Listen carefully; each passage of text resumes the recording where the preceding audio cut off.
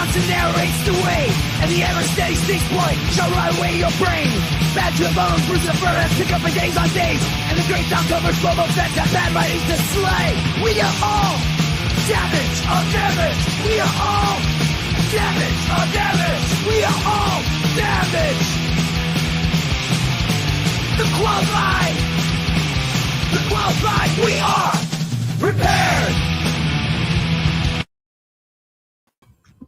And hello and welcome to a brand new, yes, we're live. I don't know what some of the comments about. We are. I hope we are. Dom of the recording. I am Jedi Johnson 22, joined as always by the great Dom Tober, the always steady Styx boy 73, the ball buster, Brewster, and the architect, joesduelin. What's going on, fellas? How was your week? Friday came fast. Good, man. Glad it ended. The kids were off Monday, Tuesday, and Wednesday this week.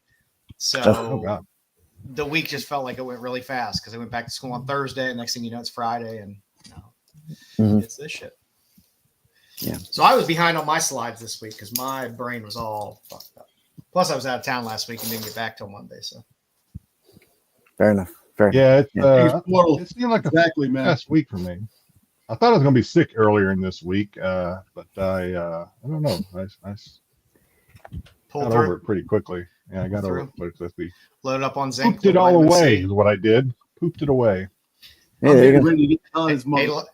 Ate some cheese and bananas. Bound that shit up. 3 minutes into the show, it's him up. Already. Nothing like a good record. Call Guinness. Speaking of Guinness. It was a slow week, to be quite honest with you. It was. For those that don't know, this is where we look at some Guinness records that were at least just reported this week, at least as far as I could tell. We decide if they are any good or not, or if they're bullshit, and if it's an American that does it, Styx says, Canada. Suck it, Canada. Suck what? All right, first off this week, we have a man hits axe target from more than 183 feet away. Wow. A Turkish man used his powerful throwing arm. Wonder how it got so powerful. To lob an axe a distance of 183 feet and a few inches, earning his 8th Guinness record in the process, breaking the record set by American Jesse Rude. Fucking Jesse, I knew it. Of 143 feet back whenever. This guy also has records for the furthest basketball hook shot, longest cornhole shot, and farthest throw of a rubber. I thought Bruce had that record. What? Cornhole shot? Longest cornhole shot. Anything with bullets, Bruce has the other record of. I still don't understand that game. I don't understand how that game has its name. Some kind of hole shot. I don't know. As long as it does. Six is my skills this weekend. So this guy's this guy throws the shit out of stuff. I guess it's a long throw. I get it, but it doesn't. To me, if it's going to be a record, you got to put it you got to hit the target within 60 seconds. You can't sit out there all fucking day throwing an axe, and when you finally hit one, say, "Hey, I'm a Guinness record setter." To me, that don't jive. I don't know how long it took him to do this, but I'm a horseshoe guy, King. I'm a horseshoe guy. Yeah, good for him. Rubber chicken. Yes, he threw a rubber chicken for a record distance of 114 feet and 9 inches. I think I just throw shit. He just throws shit. Like the axe, I'm like, okay. The hook shot, I get it. It's going in the basket. The axe, you're hitting the target. Who throws a shoe? I don't know. Just a rubber chicken. People do anything to get their name in a book. These two. So this one, two daredevils walk a slack line or tightrope, I guess, suspended between hot air balloons, setting a record for the highest altitude of 8,202 feet, breaking the previous record set in 2021 of 6,236 feet. This is back in my day, and I say back in my day, back in the 80s when we only had 3 channels. This would have been on. Oh yeah. Why World of Sports? We would have got Kathy Rigby talking about it. Yeah. Now I hear about it on some obscure website. So, but I don't.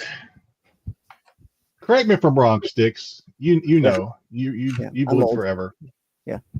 Back when they used to do it back in our day. Yeah. They didn't have parachutes on. They didn't have lifelines hooked to the the rope. If you fail, you're fucked. Yeah, you did the stunt or you died. That's the way it worked. We died. This guy's got a parachute on. He's hooked. He's got a safety line hooked up to the tight rope. I don't know how many Melindas we've lost. But, I think there needs to be an asterisk on this personally. But good for him. He celebrated by jumping off and parachuting down to the. Well, the whole fact is that line looks like it's gives a lot of bend. Get a slack to it, doesn't it? Yeah, so basically that line, the parachute, he's a goner. So true. I don't know. And this is why aliens will take over the earth, because humans are stupid. I came very close to putting this one into another category, but I was like, you know what? It does take talent to do that. It takes some stones to do it. Parachute or not, still takes some stones to do it. It's stupid as shit, but it still takes some stones to do it. It does. London man visits 42 museums in 24 hours to break world record. I don't give a shit. Nerd. Yeah, I don't. I mean, I don't know. Did he do it like on foot? Did he Uber from one to another? I who cares? This is dumb. And then we had the longest, might be the world's tallest cayenne pepper plant. This caught my eye because at first I thought it was going to be a 16-foot cayenne pepper, and then I read a little closer and I'm like, nah, it's the plant. Okay, I don't care. I'm interested as I grow various pepper plants. But is that a big deal for them things to reach 16 feet? Yeah, it's hard to tell whether he's doing the inverted growing where the pot's upside down and it grows down. I think he is. Yeah, it's. I mean, I've gotten 5 feet, but not 16 and a half. So that's something. I mean, if you had a 16-foot pepper, I guys you'd be the talk of the town. Yeah.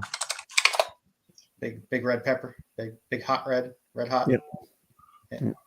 Guys are talking too much of big long, big this, big that. If it's green, you're getting Dom excited. Talking about that. All right, and hey, I think we know this fella, Idaho man. Suck it, Canada. Oh, you might remember this Idaho man, David the Record Breaker Rush, as I believe he's the guy that likes to catch ping pong balls in his mouth and spit them out repeatedly. Yes, Bruce. He decided that he was going to put shaving cream all over his head, bounce a tennis ball, table tennis, ping pong ball off the wall, and catch it on his head in the shaving cream. He had done this before and ended up tying the record, so I guess he's not the only one that's into this fetish. But he did it this last time, and he did 16 ping pong balls in 30 seconds, setting a record for most balls on your head. He said it was difficult, but I'm pretty sure his wife is probably holds the record. Hey, Bruce, stop talking. That's your game right there. Balls on your head every damn day of your life. Do it again. I knew that would get the chatter going between Dom and Bruce. I just had a feeling. Anything with balls, that's Bruce's sport, man. Come on. Yes, and you think about me pulling my balls in your... Oh, never mind. No. Wrong. You can't do that because when I talk to you about that, that's it, man. You can't reverse that saying because you are the ball man. My balls in your mouth? You got to call that, Dom. You got to call no reversals. No, come on, man. No backsies. Listen, that's all he's got. But the fact is that he broke those records a lot. So there you go. Yes, and you sat there and watched. You cuck. Someone had to make sure it was a record. You got to have a witness. Ooh, what is Bruce talking about? Look at witness me. To the prosecution. I have no idea what to say now. Look at me. All right, back to he's very proud. He's so proud he's not even taking the shaving cream off his head there as they present him the plaque. All right, let's move on to something a little more interesting. Freaky Friday finds. Decided to this. You may have heard about this. A report suggests a $50 garage sale fine is a long lost Van Gogh. New York-based firm announced its experts have verified that the painting bought for $50 from a Minnesota garage is a long-lost work of art.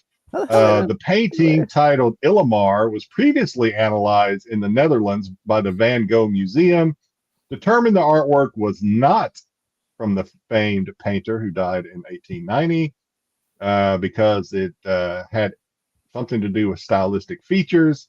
The painting was purchased from whoever bought it for $50 for an undisclosed amount in 2019. LMI Group International in New York.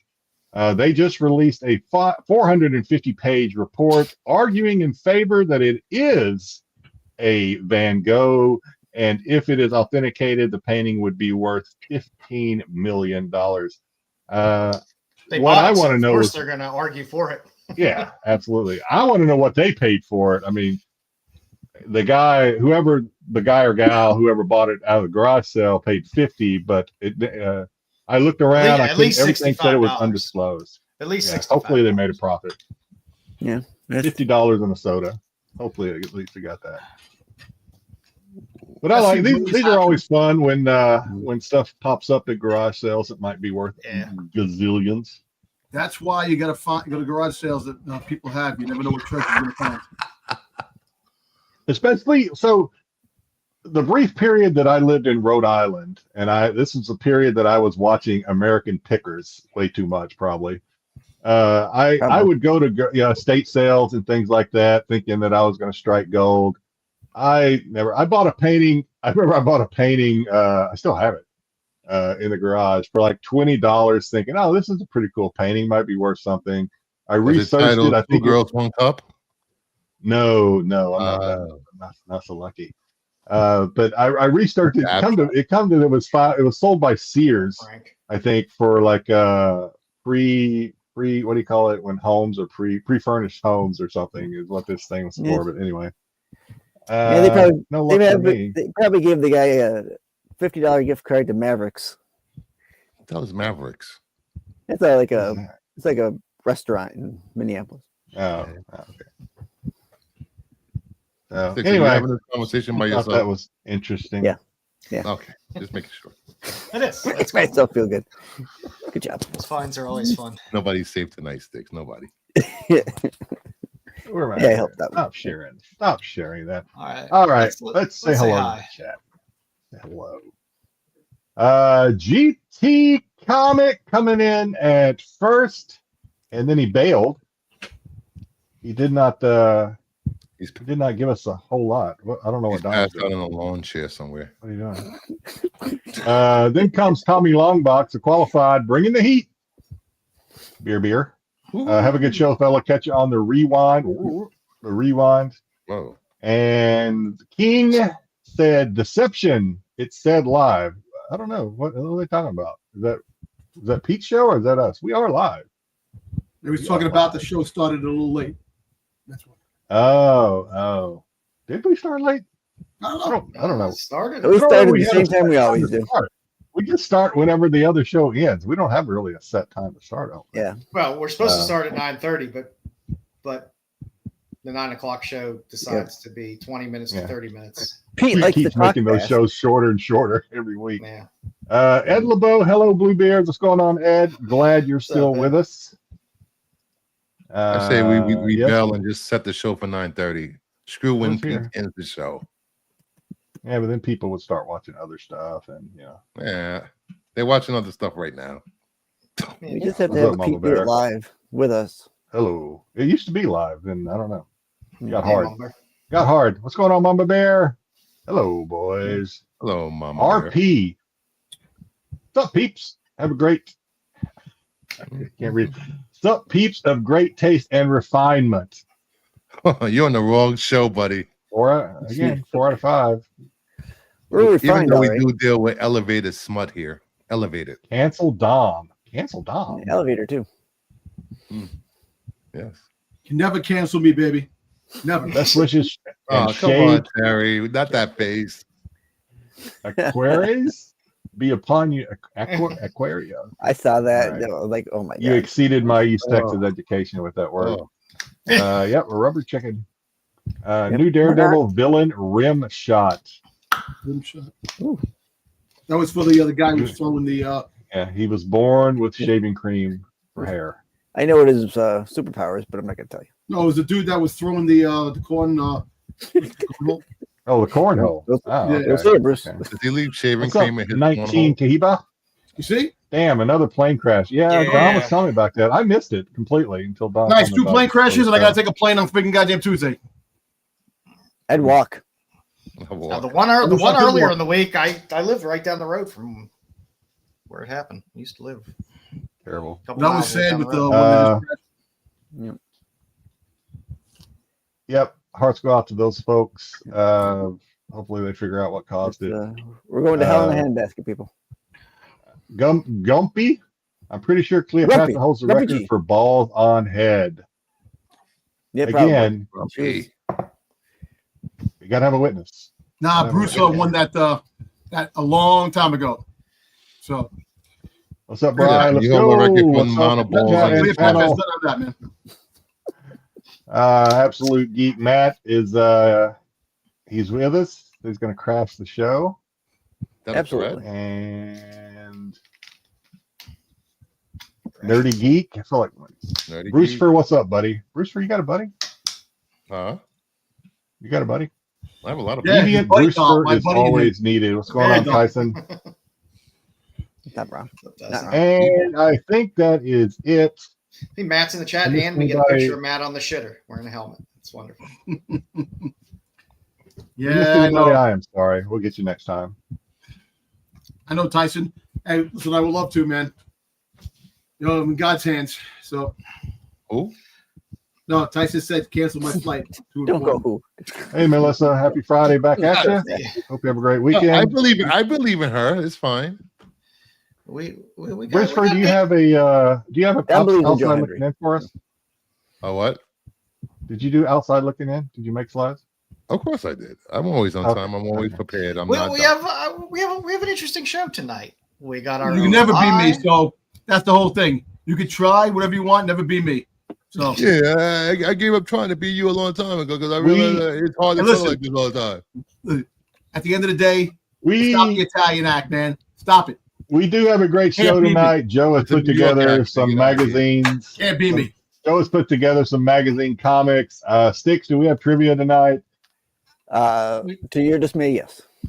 Well, that sucks. And then I have put together I think Bruce has probably got some news for us. We got all kind of shit going on. I have put together a closing show game that will probably finally get me kicked off this channel. So stay tuned for that. Good luck. I also have another segment on tonight where we will look at ABC after school specials. Oh yeah, after school specials. Also, at the end of the show, Joe has a special called Just Feet. So just if you're ready, that was just for me. Whatever you do, we had enough feet last week.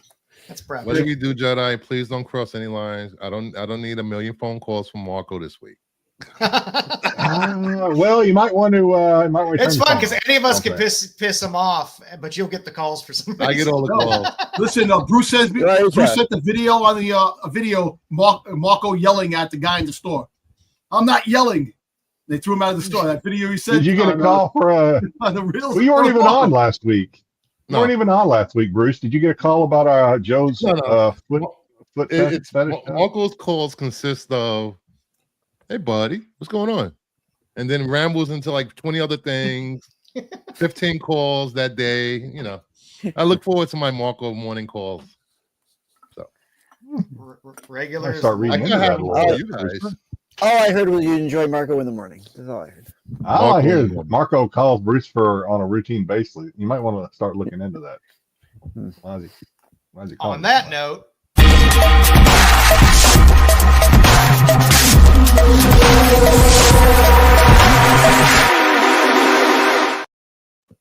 You know, I'm not as prepared as SNS, but I'll give it my best try.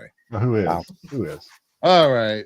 Well, another outside looking in, these books were not hot enough to make it to the top 10.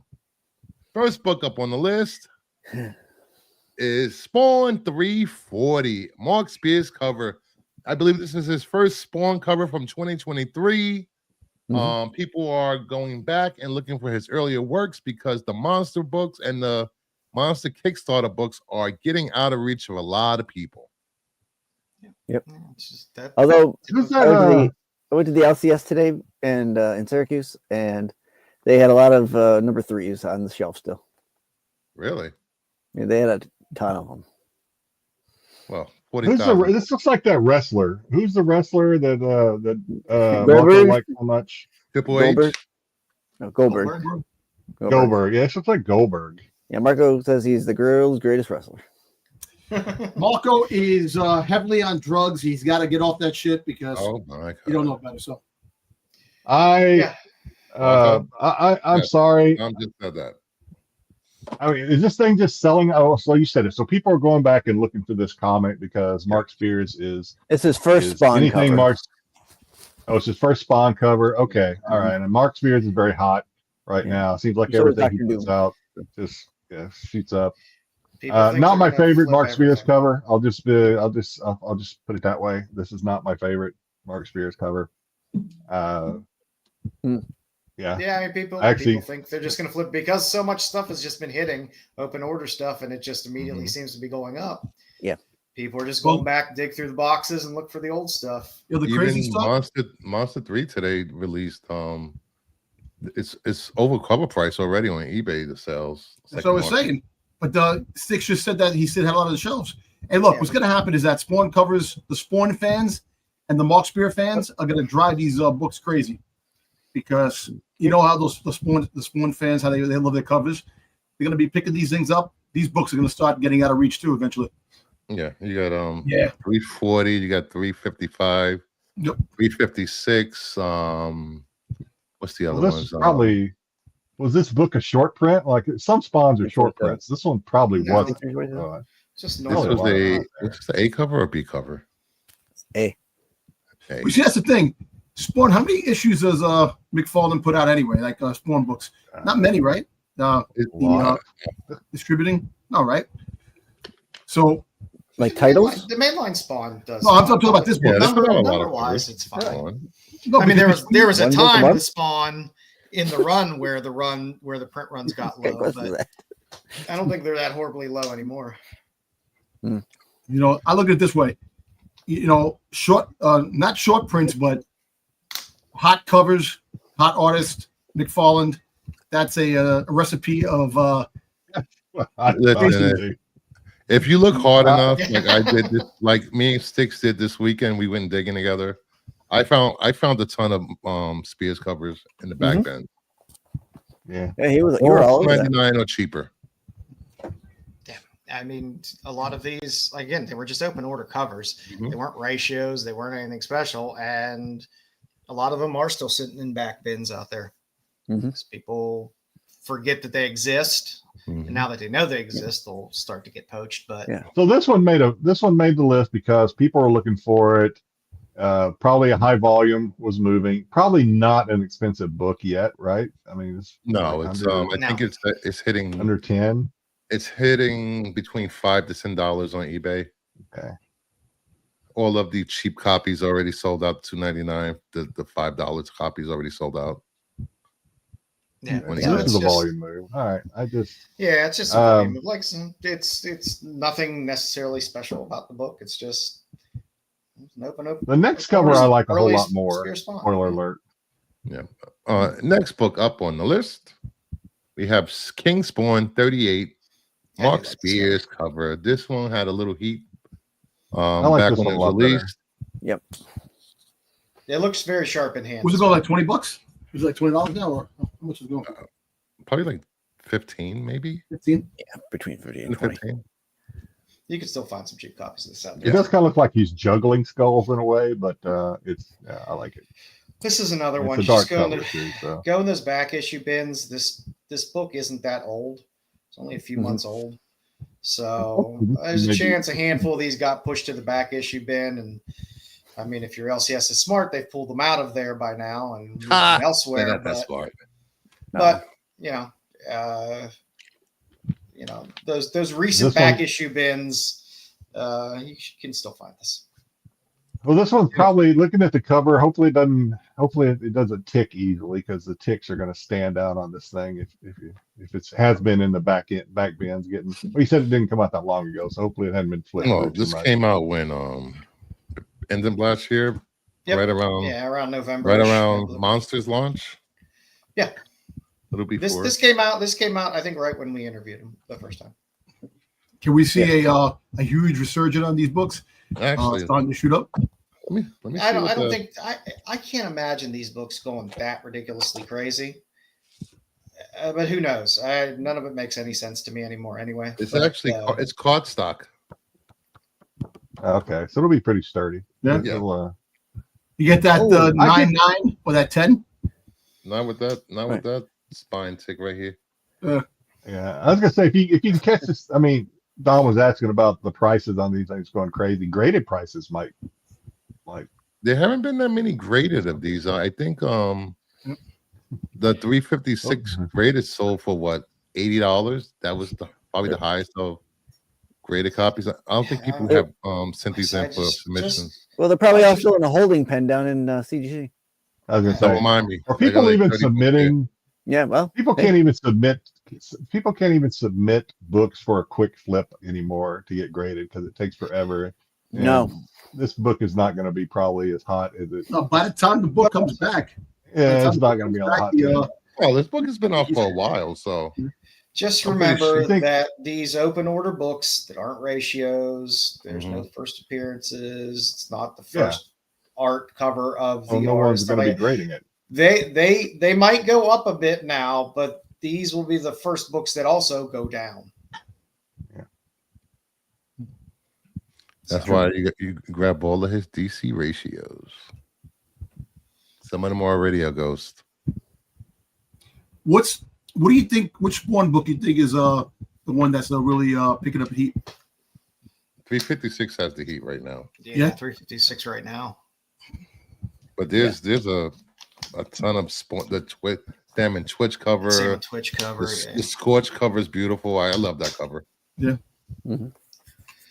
He has plenty of stuff out there that was open order stuff. I like the out there. Was it the that one? Oh, the clown. That's clown. I love the clown. The gunslinger. The gunslinger cover is good. Yeah.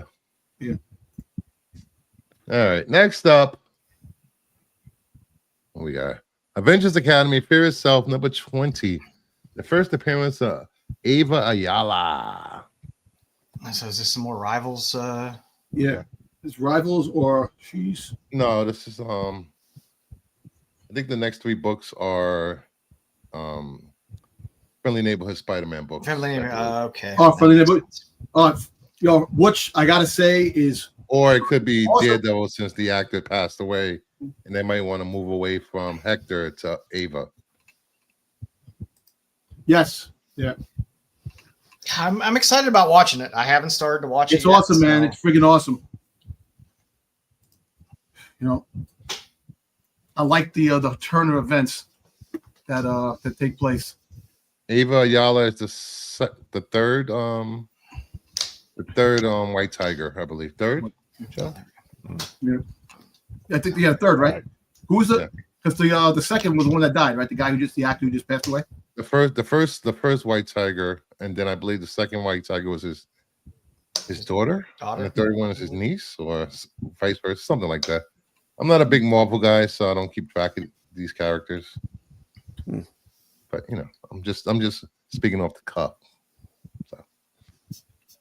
And next up, what can we say? Runaways, number 1, first appearance of Nico Minoru. Yep. Another Spider-Man Friendly Neighborhood appearance. You know what the funny thing is? I just love the fact when her character was shown, all those YouTubers were like, "Who is this supposed to be? Mary J?" And they had no clue who these fucking characters are. You know what? Those YouTubers. You watch way too much YouTube. I'm just saying. All I know is if you knew who she was before this. Yes, I did. Runaways. I used to read the Runaways. The first thing a long time ago, dude. And listen, I did read comics when I was 20 years younger. The TV show was awful and fun. Yeah, the TV show wasn't that good, but yeah, I read the Runaways. I like the original run of the Runaways. All right, thank you, Emma. But Hector, Angela, then Ava. She's the third. Thank you. So, another book I don't care about. I don't have this one. Next up, Web of Spider-Man 36. The first appearance of Tombstone. Another friendly neighborhood Spider-Man book. And guess what? To all those YouTubers out there, it is not friggin' Flash Thompson, you morons. They were saying, "Oh, they took." Why are you listening to these people?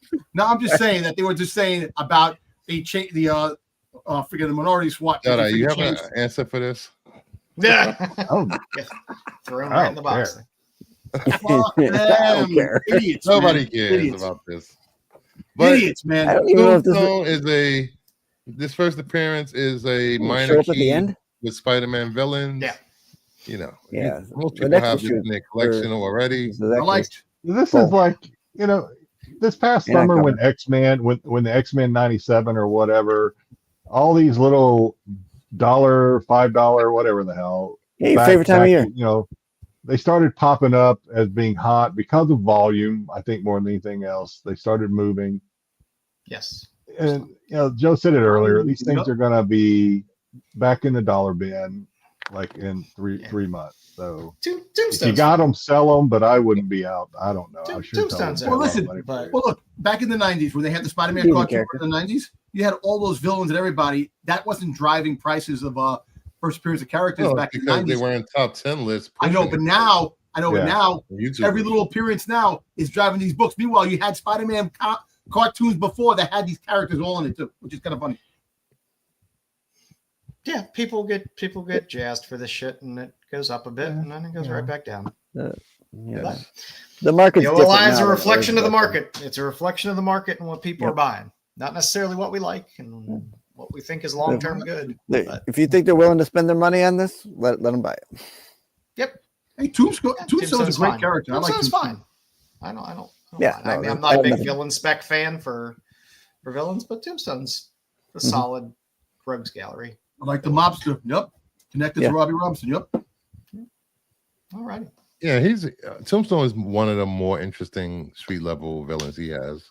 Yeah. Yep. Besides, he's a good reoccurring villain. Mm-hmm. You know, he's not a one-off. No, not a bad book. I wish they would have got Gang War a little better last time, but okay. Yeah, it's Marvel.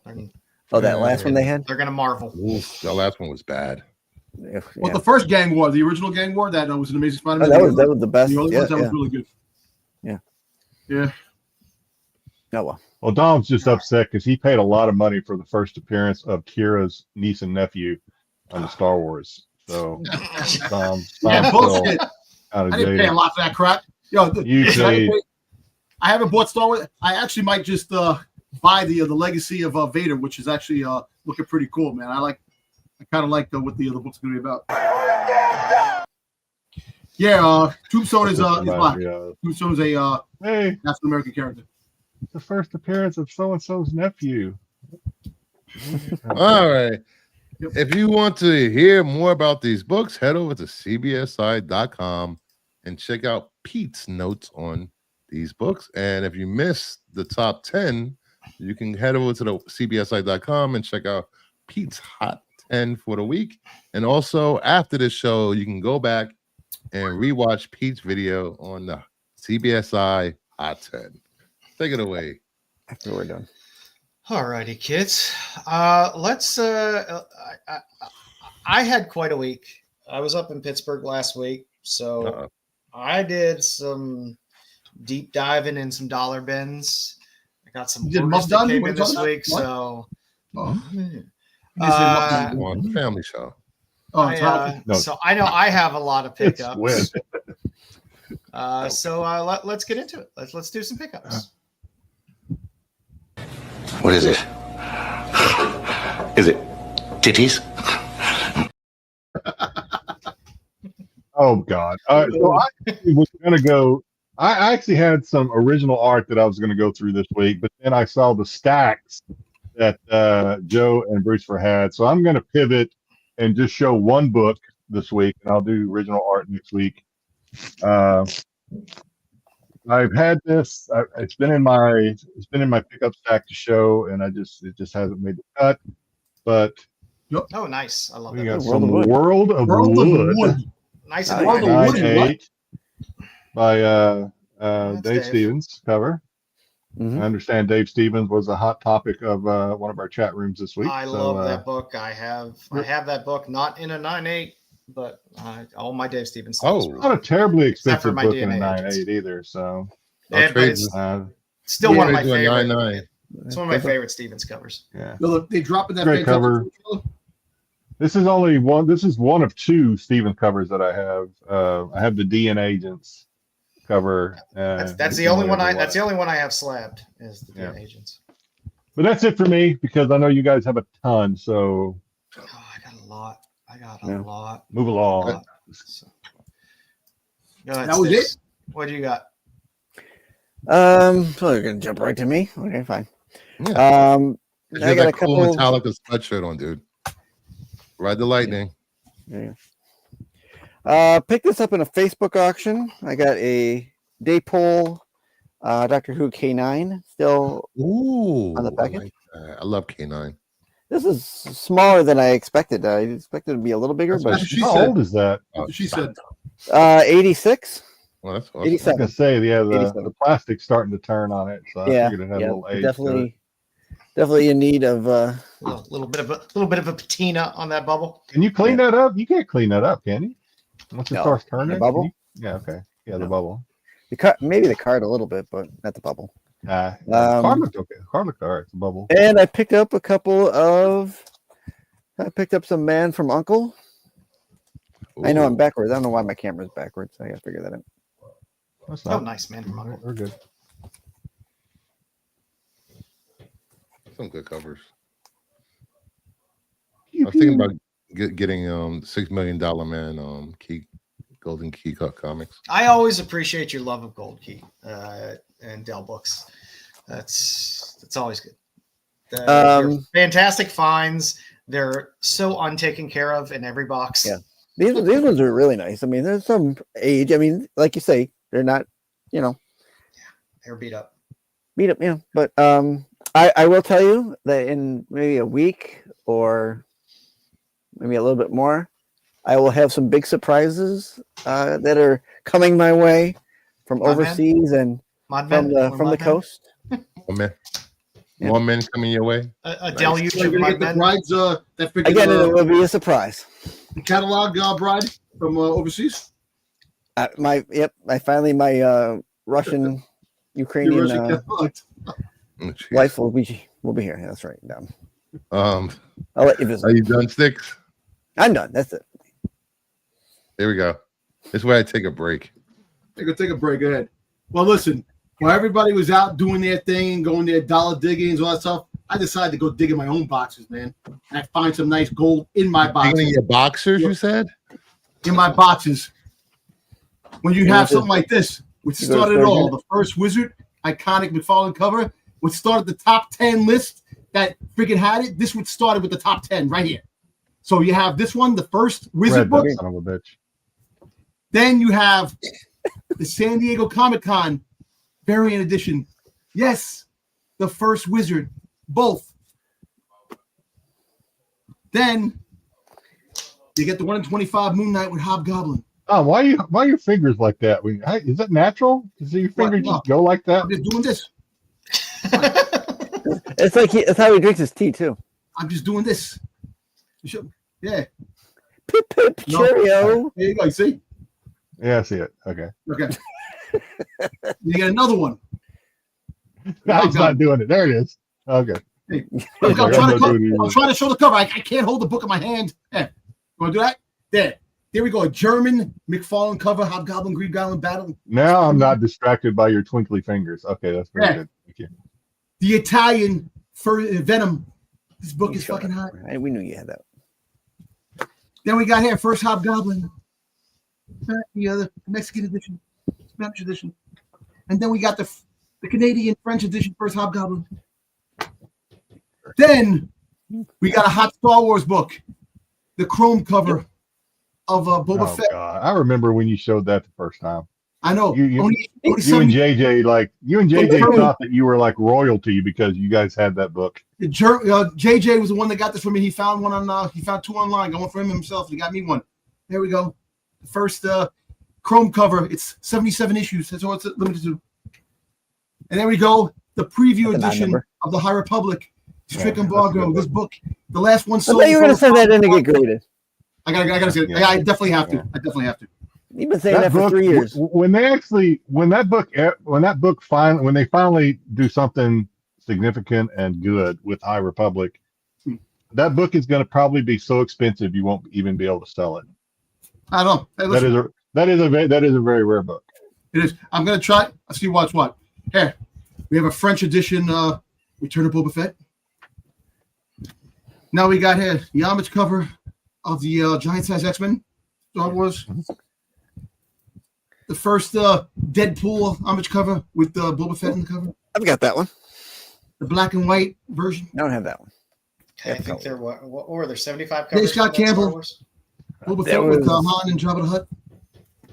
Then I got one. If you're going to show this many books, if you're going to show this many books, there needs to be boobs. Two covers. Then we got the Amazing Spider-Man for the first Punisher. You got Boba Fett going to Han. I love this cover. Melissa likes your covers. Yep. Remember, this is what he cherry picked from his own boxes. Don't encourage him. White cover. Don't encourage him. And then the Tales of Suspense. The first Iron Man. You got the Boba Fett in the cover. That's great. Yeah. Now we're gonna go.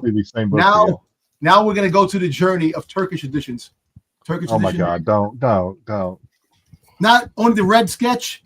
You got the white sketch. Oh my God. And you got the black sketch. There you go. I don't think this is making. I don't think anyone should brag good. about Turkish editions. Yeah, I don't think so. And then I got I finally I'll show off again my first Zartan book that was hard to get. Get this one. This is nice DD. This one's really good. Then you got another appearance of Zartan. And then you got Gem and the Holograms with Cold Slither. You got that one. Then you got the first appearance, the cameo appearance of Zartan. How long is this? You got a Scott Campbell cover with Zartan. And then you got this variant of Zartan. The longer he goes, I feel more and more bad for giggles. So. And then you got this one in Special Missions, which is hard to get with Zartan to cover. So I've got like 4 short boxes of Image magazines out in my garage that I'm just going to pull in here next week and just go through everyone. Just do it. Hey, listen. You find gold in the boxes you have in your house. That's it, man. That's it. Oh my God. Well, you keep looking. I apologize for this. I apologize. Why you apologize? Don't apologize for greatness, son. Don't apologize for greatness. Now show your lame books. Yeet. There you go. I'm bringing the heat. Oh God, I can go cherry pick my books and show some badass books too. I don't show booby books, man. That's too perverted for me, man. I go for the real shit. Hey. You're more than welcome to show the real shit on here if you want to. I mean, we're not gonna. Hey, listen. If you're capable, don't worry of about it. I got my OnlyFans shit, models. I don't want him taking his shirt off. Go right ahead. I'm still waiting for my other covers and the ratios, but I got my Apocalypse. The Walking Dead. Oh, Walking Dead. Yeah. That's cool. Got a little, got some Okay, flops. there we go. While Dollar Bin digging, I got some Vertigo stuff, some old Middleton covers. Since you messaged flops, I thought it was a pretty good time on Wednesday that you had with him. Yeah, it was nice. He was on TAC on Wednesday. It was nice to pop on there, and I tuned in there, but all I heard was Marco talking, so I was like, that's little doll parts. Again, I'm not going to show too many new books, but I did get the covers for doll parts. Vecchio is wonderful. Those books are just a blur. That's good. Keep them going. I did get a few copies. My Canto finally came in. My flops cover. Hey, a little Susperia. Okay. Nice. A little Dren just put this out. Alien Armageddon, 1944. A lot of fun. I got 2 covers of the latest installment of Cayman American. Oh, I thought that was okay. She's book. heavy. She's heavy up top. I got a nice Xenic scope, limited to 225 Sony Mattis cover. Fans of Milk and Cheese, a little Evan Dworkin cover on Run Monsters. I like Milk and Cheese. Yeah, I do as well. I did just get my my Nuno. Oh, Beetlejuice. Yeah, my Beetlejuice homage with Betty. Yeah. That's Betty, right? Yeah, Betty. Just for Jedi, this just came, and I was very happy. My EOM cover. EOM. EOM. Yeah. EOM apparently released. I think I put it in the chat. Our chat. We actually could have done at least a mini MegaCon exclusive. Oh, I know. He had so many. A lot more. He dropped some. There were a lot. Probably at least maybe a dozen or so new exclusives dropped this week from MegaCon. Good number. A little Lotte from Distillery. Little Scott Snyder and Jock book. Won't feel a thing. And then on my dollar digging, I had a fun excursion. A fun excursion. I picked up a bunch of old Topps X-Files. Remember, new season coming. You paid 25 cents a piece for those? Yep. Yeah, they were dirt cheap. Everything I'm showing here. I still want those. Now they were $1. They were all $1. I love that store. Styx. When next time I go to Max's, I still want those X-File books. I love that Topps used to do this. They would number. It was limited to 90,000. Nice. They would number each one. Oh yeah, it's kind of fun. Yeah. That's considered low print. Always pick up Xenophoto covers all day, every day. Yeah, can't go wrong with Lucy. Printed 90,000, destroyed 80,000. Hey, you showed those books on someone's screen the other day, man. Nice. Little Weird Love. Oh, Weird. Old Kitchen Sink Press. Nice copy of Spirit. I love Will Eisner. Looks like a clean copy. I love this cover of US1. I will pick them up anytime I see them. I just love them. It's just such a great cover. Yeah, it's a Midnighter one. Completely missed it. Yeah, we did. Yeah, internet's. You froze. Yeah, you're you got that. You got to get off that Pittsburgh Pirate. I'm on that. I'm on that Styx internet. Yeah, I think so. Yeah. Yeah, somehow my internet's keeping still. A little Midnighter. Transferred to you. Yeah. Little. I'm all right with that.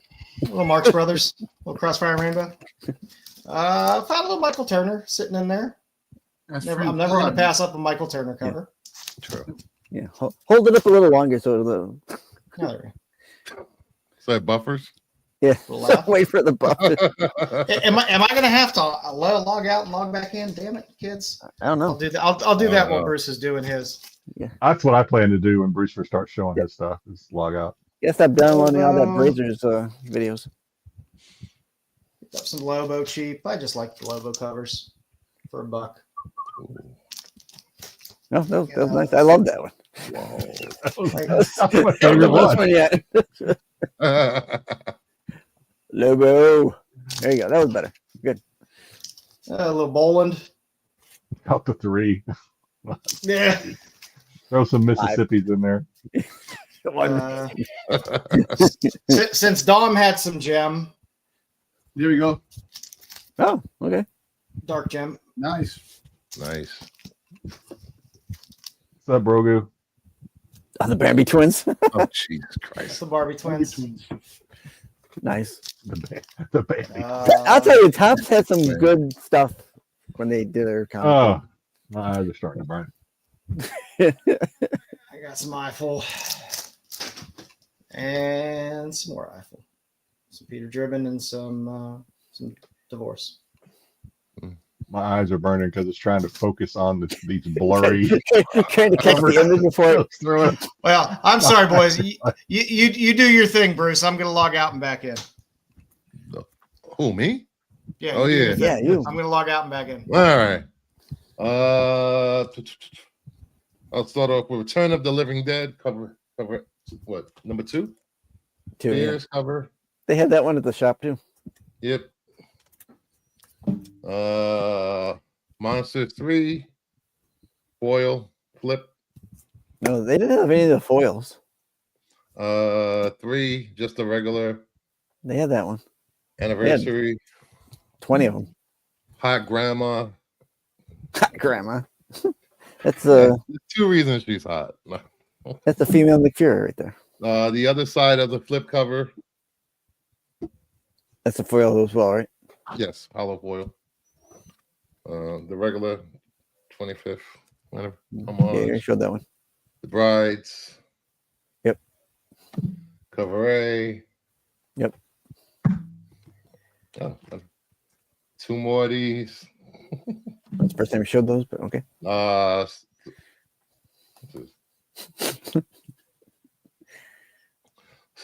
Star Trek Defiant 23. Oh, the Chisaki. Yeah, they got him on the 1 in 10s. Mm-hmm. Lex in the City. Little Sowie. Lex in the City. Lex in the City. All right. Bird City Monsters 2 exclusive.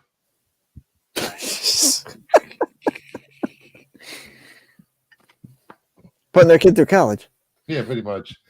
JJ's exclusive. JJ Comics exclusive.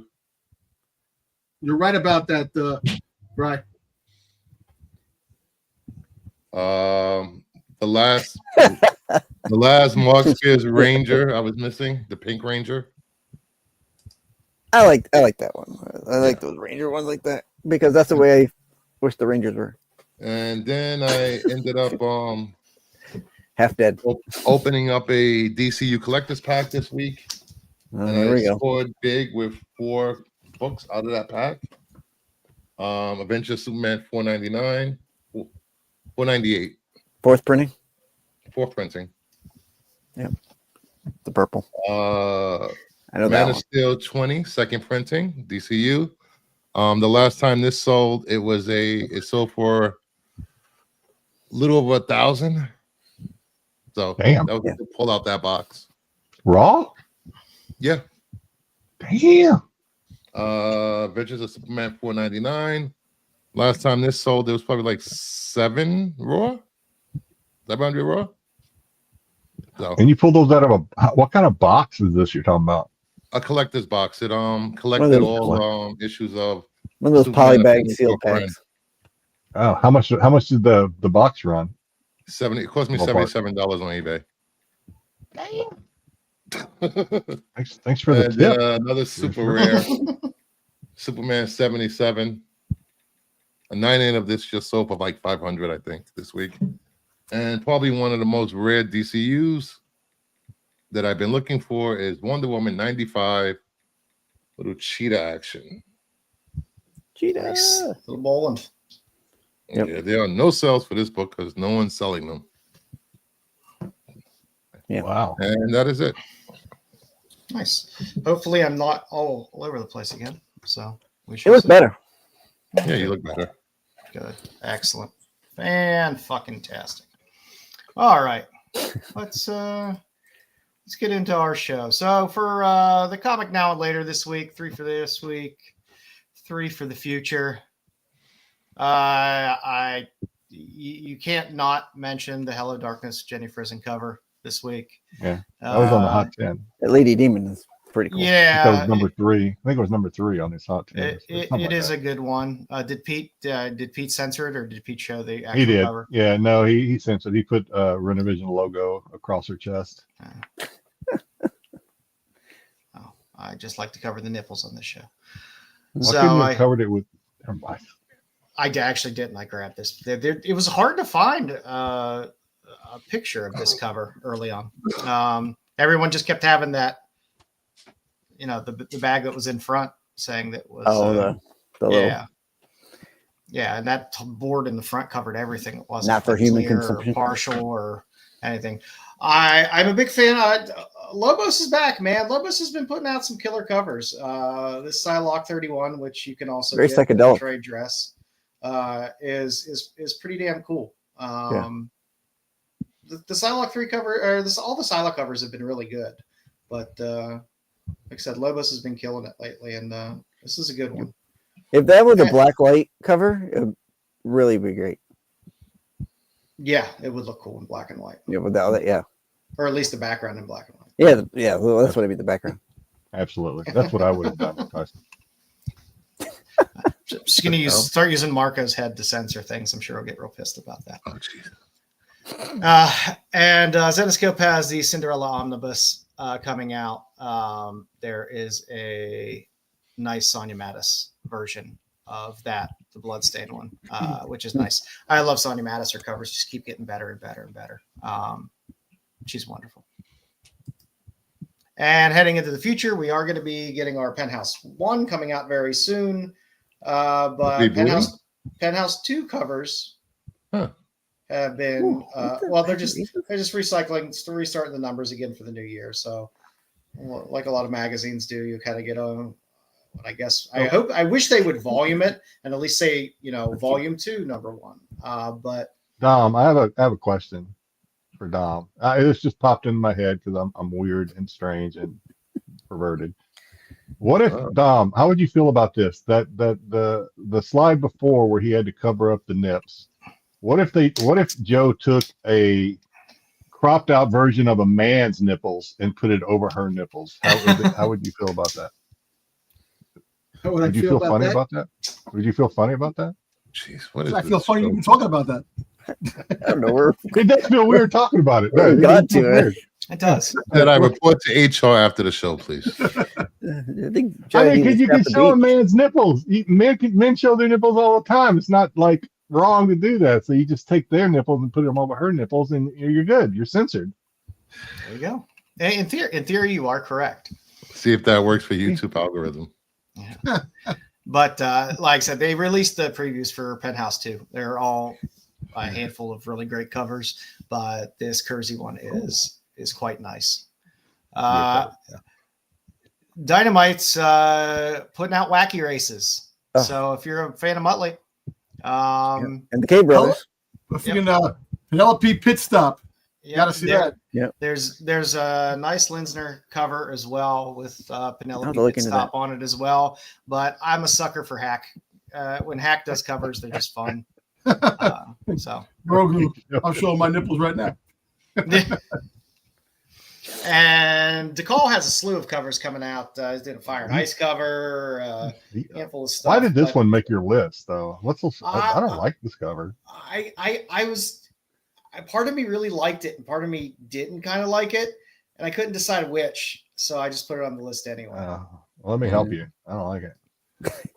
I like the upper torso part of it. The lower torso feels a little bit off, but I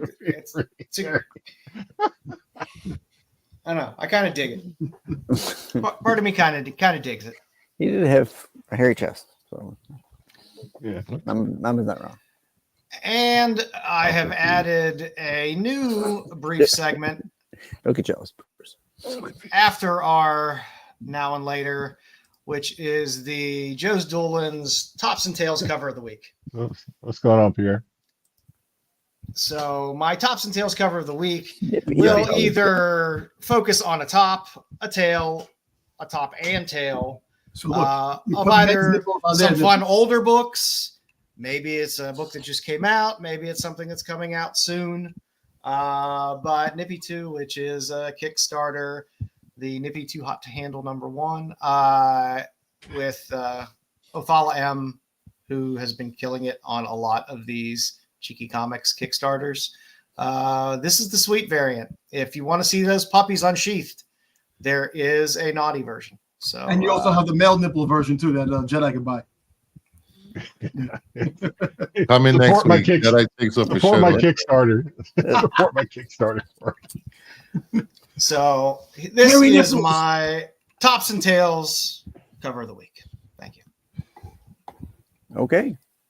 A lot of boobage there. Oh. Yeah, there is. Bruce. Oh boy. Let's talk some Wonder Woman. Do I have an intro? My chuff? Chefs. Chefs. Chefs.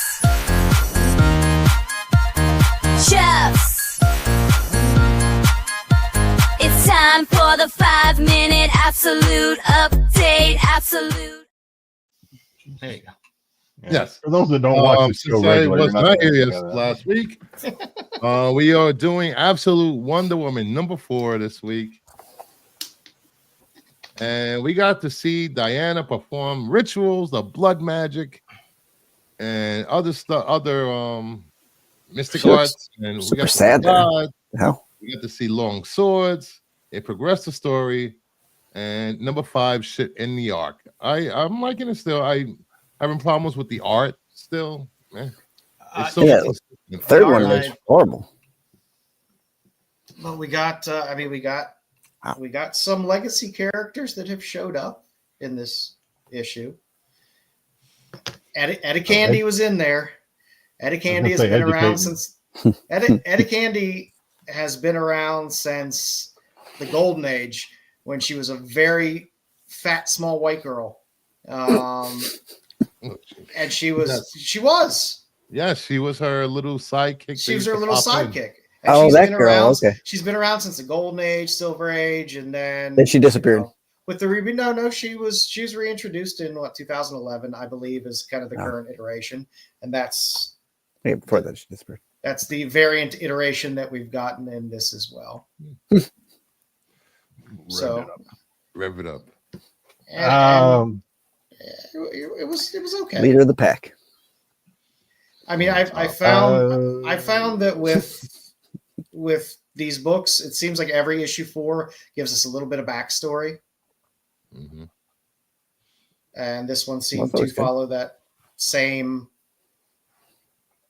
kind of path. Yeah. It wasn't bad. I like I said, this has been the better Superman of was the a books. full flashback. Batman was like a half a flashback, and this is somewhat backstory. I liked it. Oh, so it's flashback month. It didn't flashback the whole time, which I was actually liked. So this is the one that Wonder Woman is not a it's not a short arc, right? This is It's an ongoing series, but I think they should be wrapping up this story arc soon, I would hope. Yes. So the beast that she killed, spoiler alert, in this one, or at least we think she almost cut it in half. That's not the big bad. Is there another big bad? Because we have to know the story of the. I think that was what she called it, a messenger, or yeah. I thought the first one was a messenger. This was a messenger too. Maybe that was the big bad. But I mean, if you stayed to the end of the book, you did get Veronica Cale at the end. Was there a monster at the end of the book? No, but Veronica Cale was there, who was a long-time nemesis of Wonder Woman. So you had 2 legacy characters introduced here, one of which has been a Wonder Woman villain in the past. So it gives you maybe a hint of where the story arc is going to go next. Okay. Doesn't give me any hints, but okay. I'm clueless. No, I guess this isn't my favorite issue for some reason. Considering I agree. He went to battle with the big bad. I don't know if that's the culmination, the pinnacle of the story as far as action or whatever. There was a lot of, like I said, there was a lot of time spent on the ritual for her arm to grow back and all this other stuff, which was not. I mean, it was okay. It was just kind of like, all right. I mean, I don't think any of these books were necessarily the first 4 issues are really about. Well, the ritual, the villain that's in here that she's fighting. I think it's setting everything up for future. Bruce first said it. I think it was Bruce first said it. You get the blood ritual, which was interesting. Yeah. I mean, visually pleasing, I guess, as far as the art goes, even though they're still drawing Wonder Woman as this, the Wonder Woman I grew up with, and this is just, she was a Wonder Woman that didn't look like she could kick your ass, but she could. This Wonder Woman looks like she can kick your ass. I mean, there's a few panels in here where she's a handsome woman. Yeah. She looks like Molly Holly. Aside from that, I'm enjoying it. That's a big knife she's wielding. Yeah. And It's okay. I don't. We'll see where it goes from here. I don't know if that was the end of this arc, and now we're going to kind of transition towards whatever. What god is this again that you're showing? I can't remember the name of the god. Hecate. Hecate. Like Hecate. This god has a big. She sees the big picture of Wonder Woman's purpose, and everything is happening for a reason. All these hardships are happening for a reason because it's part of the bigger plan, the bigger picture, etc. So I assume we'll see all that develop out as well. So I mean, I feel they took these 4 issues to get you comfortable with the character, who the character was, the type of power set they have, and a bit of backstory. I don't think any of the monster fighting or anything was overly relevant. I think it was more to set you up to understand the character for the larger story arc that'll move forward. Yeah, I agree. There's I'm glad she got rid of the robot arm. I did not like that robot arm at all. I just thought it was, and it's supposed to be like, oh, this robot's like forged from the magic minds of whatever, but it looked weird. Yeah, it was a little janky looking. Yeah, it looked like something that you enter in a 9th grade science experiment that can like turn off a light switch or something. I don't know. It's just weird looking. It's just something for Rocket Raccoon to show up and say he wants it. Yeah, I'm gonna need her arm. I'm gonna need her arm. Yeah, exactly. I liked it. I think it was. I'm not shitting on it. I said, I mean, as if these are to be ongoing ones, I mean, we've gotten some backstory about the characters now. We kind of have a better feel for who they are. I guess we'll see what comes out of the next Superman one in terms of see if he burns down his parents' restaurant or saves the world. I'm not sure which, but he goes to therapy and learns how to make the sound.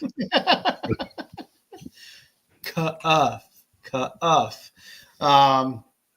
But no, I mean, I don't know. I like it better than the Marvel Ultimate Universe line that they're doing. Don, what's your thoughts on this book? You know damn good and well. You know I didn't read this shit. Come on, man. I got better things to do with my life than read this crap. Yes, but Jedi Joe was able to read it. Just saying. It was a decent, easy read. Very quick, easy read. Even I'm happy that these are easy reads. They're not difficult to digest books. There was only one dialogue panel that I had to blow up so I could read it. Other than that, it was pretty easy to read. One of them was pretty small print. Yeah, when Cersei was going back and forth with Hecate and that dialogue, I had to make it a little larger to be able to see it. But yeah, it wasn't bad. Like I said, I like that they brought in a legacy character who's a longtime sidekick, friend of Diana. So that'll be fun.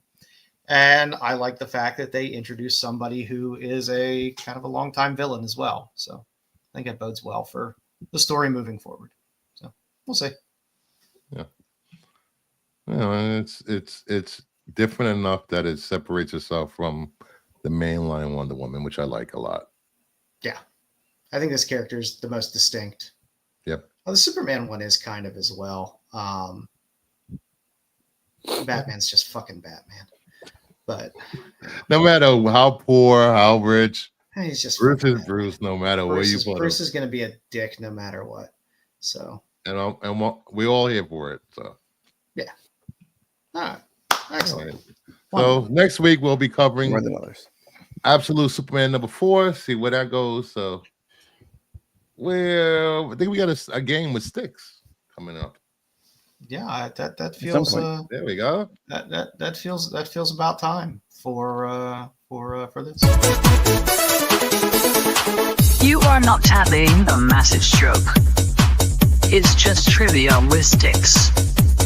You did not suffer a debilitating head wound. It's just trivia with Styx.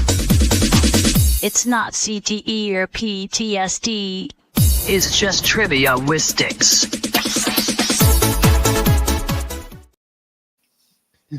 Where's my glow sticks?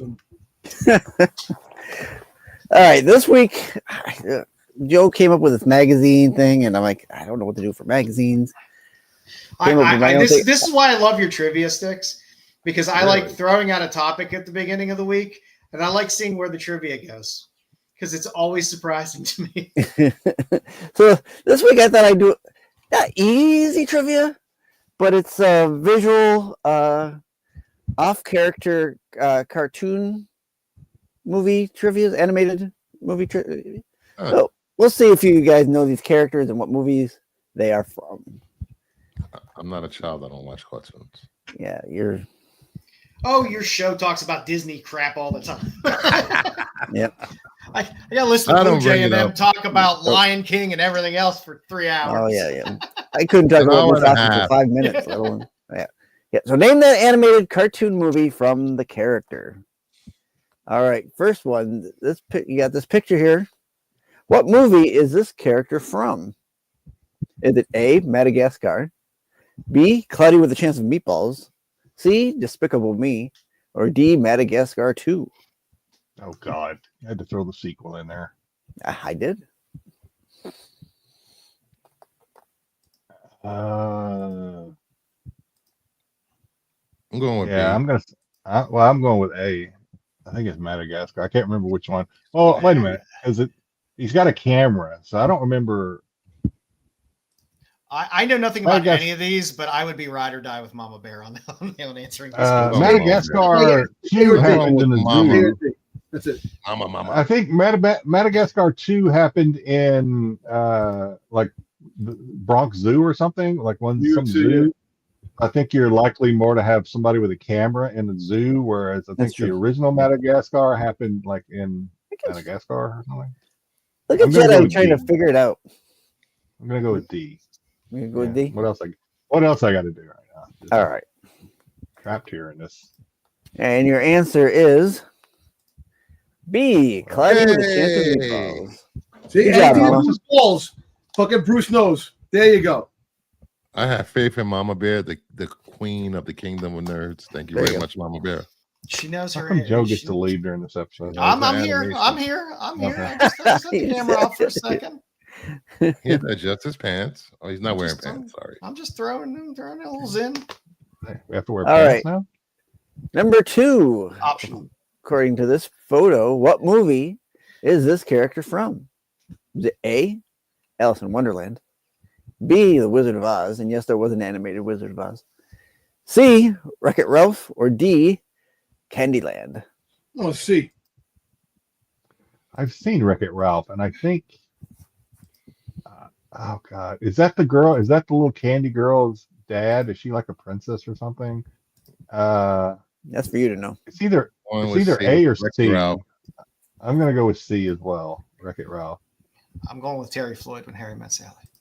I said C before everybody else. What she's having. At least we're not getting Jack Palance answers. Jack. Yeah. It's Palance. Is it Palance? My bad. Palance. Yeah. Hey, that man did 1-arm push-ups on stage. Yes, he did. What? Yep. You don't remember during the Oscars when Jack Palance went up on stage and did 1-arm push-ups? No. At like Oh my God, that was a big deal back then. That was a big deal. I don't want how he's come far. That was like fucking 30 years ago. Yeah, it was. 40 years ago. I was forever. I wasn't watching the Oscars. Yeah. Not back then. He was watching people hold. He watches them now. Yeah, he was watching them now. Part of the show, I have to watch it now. It is Wreck-It Ralph. Yeah, the Candy King or King Candy. Yeah, King Candy. Yeah. All right. Suck it, Styx.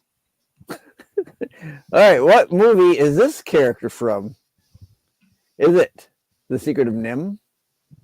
Is it All Dogs Go to Heaven? The Rescuers, or The Brave Little Toaster? D. Is he trying to trick us with that last one? That's not a toaster though. That's a radio. I feel like that's like an alarm clock or something. Good job, Jedi. Couldn't get that one past you. Well, I thought Dom was thinking it was a toaster, so I wanted to correct. Oh, okay. I didn't say it was a toaster. I know it was D.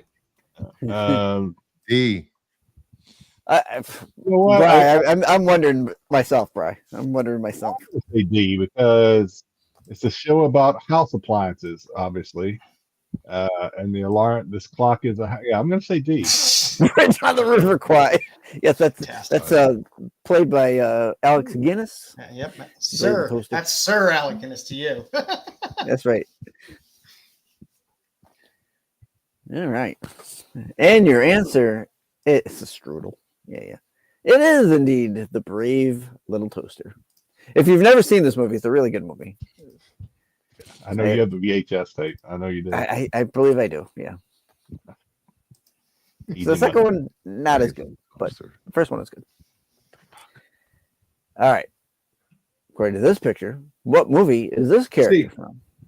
Is it A, Atlantis, B, Balto, C, Treasure Planet, or D, Titan AE? I don't know if it's either C or D. I think it's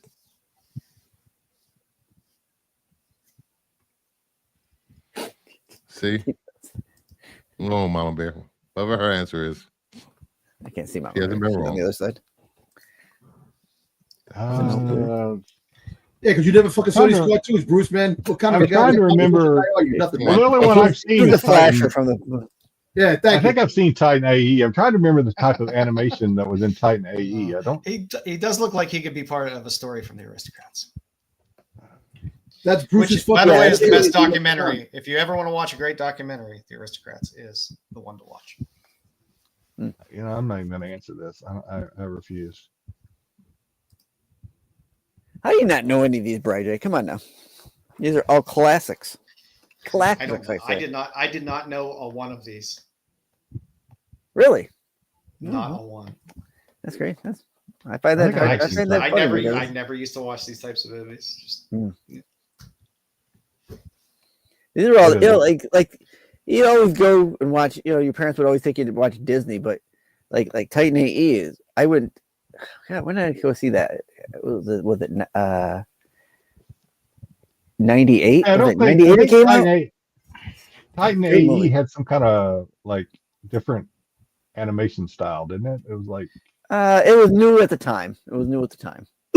Yeah, it wasn't like this character. This character is more old cartoony type, so I don't think it's Titan AE. My parents I haven't seen any of the others. My parents took me to movies they wanted to see, and I was just tagged along. So, like, I saw what was it, Woman with One Red Shoe, or what, the one with Kelly LeBrock and the Man with One Red Shoe. Yeah, where she flashes her bush in the in the movie. Yeah, that might have been it. Yeah, that's the type of parents. That's the type of movies my parents took me to. And that's where Joe got his long love of. My mom used to take me and my brother to horror movies, and it was traumatizing. Yeah, no, my parents didn't. My parents would take me to movies that I wanted to see. They didn't really care about going to the movies. All right, because Mom and Dad would stay home and watch boxing all the time. And the answer is Atlantis. With this pint of whiskey. Yeah. Atlantis? Okay. All right, I'm digging it. Okay. Yeah. Good movie. The second one. Lady in Red. Yes, thank you. Lady in Red. Yeah. Lady in Red, not the Man with Two. That's Tom Hanks. All right. And I think I have one more. Forgot the title because I was so mesmerized by the fish. What movie is this character from? Is it A, Rio, B, Storks, C, Freebirds, or D, Migration? For me, I missed all the. I never watched them as a kid, and my kids were never into watching these kind of movies. This is one I took my kids to see, and it's a good movie. It's a good movie. I'll say D. Hang on. My anger management therapist said I should count to 10. So. Deep breaths. Yeah. Wait, you know something's wrong with Marco is your therapist. Goose for bar. Oh, God, I have no idea. Rio. I'll say Rio. The others I don't even know were movies. I think I remember Rio. I think I've seen at least the trailer for it or something. I don't know. Yeah. Book of Boba. Yes, definitely Book of Boba Fett. One Flew Over the Cuckoo's Nest. There we go. Yeah. Okay. All right. And your answer is Storks. Storks. Is this a DreamWorks picture? Yes. Yep. You can always normally tell by the eyes. Whether it's Yeah. DreamWorks Animation or Pixar. Keep it moving. Keep it moving. Okay. That's it. DreamWorks does love to throw one busty woman in there every now and then. Every now and then, yeah. Just for good measure. Excellent. All right, kids. So the spotlight tonight, I thought we would look at comic magazines. For years and years, they sat in boxes, in LCSs. Nobody ever digs through them. But some of the best artists that existed from that time period did a lot of artwork on these magazines. So I figured we'd look through a little history of some of these magazines, take a nice little sample, and take a look at some cool covers. Yeah. So, starting off here, Warren Publishing did Eerie and Creepy and Vampirella. And Eerie ran from 66 to 1983. You see, it starts with issue 2. Issue 1 was an ash can that wasn't really numbered. So your numbering starts with 2 up through 139. Again, great horror magazine, good comics inside. I love these magazines. A lot of times the insides were black and white comics, and the paper stock was not that great. But you got like 3 to 5 good stories out of it, and they were always good read. I love picking them up whenever I can find them in decent shape. Oh, for some reason, I lost my Eerie slides, so that's something. Creepy, also done by Warren, was from 1964 through 1983. There were 145 issues of Creepy. This beautiful Frank Frazetta cover is on there as well. You get some Frank Frazetta stuff with Creepy and Eerie in there as well. And again, Creepy had fantastic covers. Ken Kelly had some fun sports Creepy covers. Heinrich Torres has some of the best magazine art covers around through Creepy, Eerie, Vampirella, you name it. Torres was a badass. And Attila Hegyi has a pretty cool Creepy cover there as well. You get some interesting artists out of the blue that would throw up some pretty great artwork. Most of these covers are painted art covers as well, which is something you don't really see much anymore unless you're picking up something that's Carla or Perillo. You don't see too much painted artwork on covers anymore. Vampirella, also put out through Warren. You had 112 issues. You did have issue 113, which was put out by Harris. It was the only magazine that Harris put out for Vampirella, which was a reused cover. And then they went comic format. But with Vampirella, you can't go wrong with any of the Frazetta covers. You can't go wrong with any of the Heinrich Torres covers because they are all phenomenal.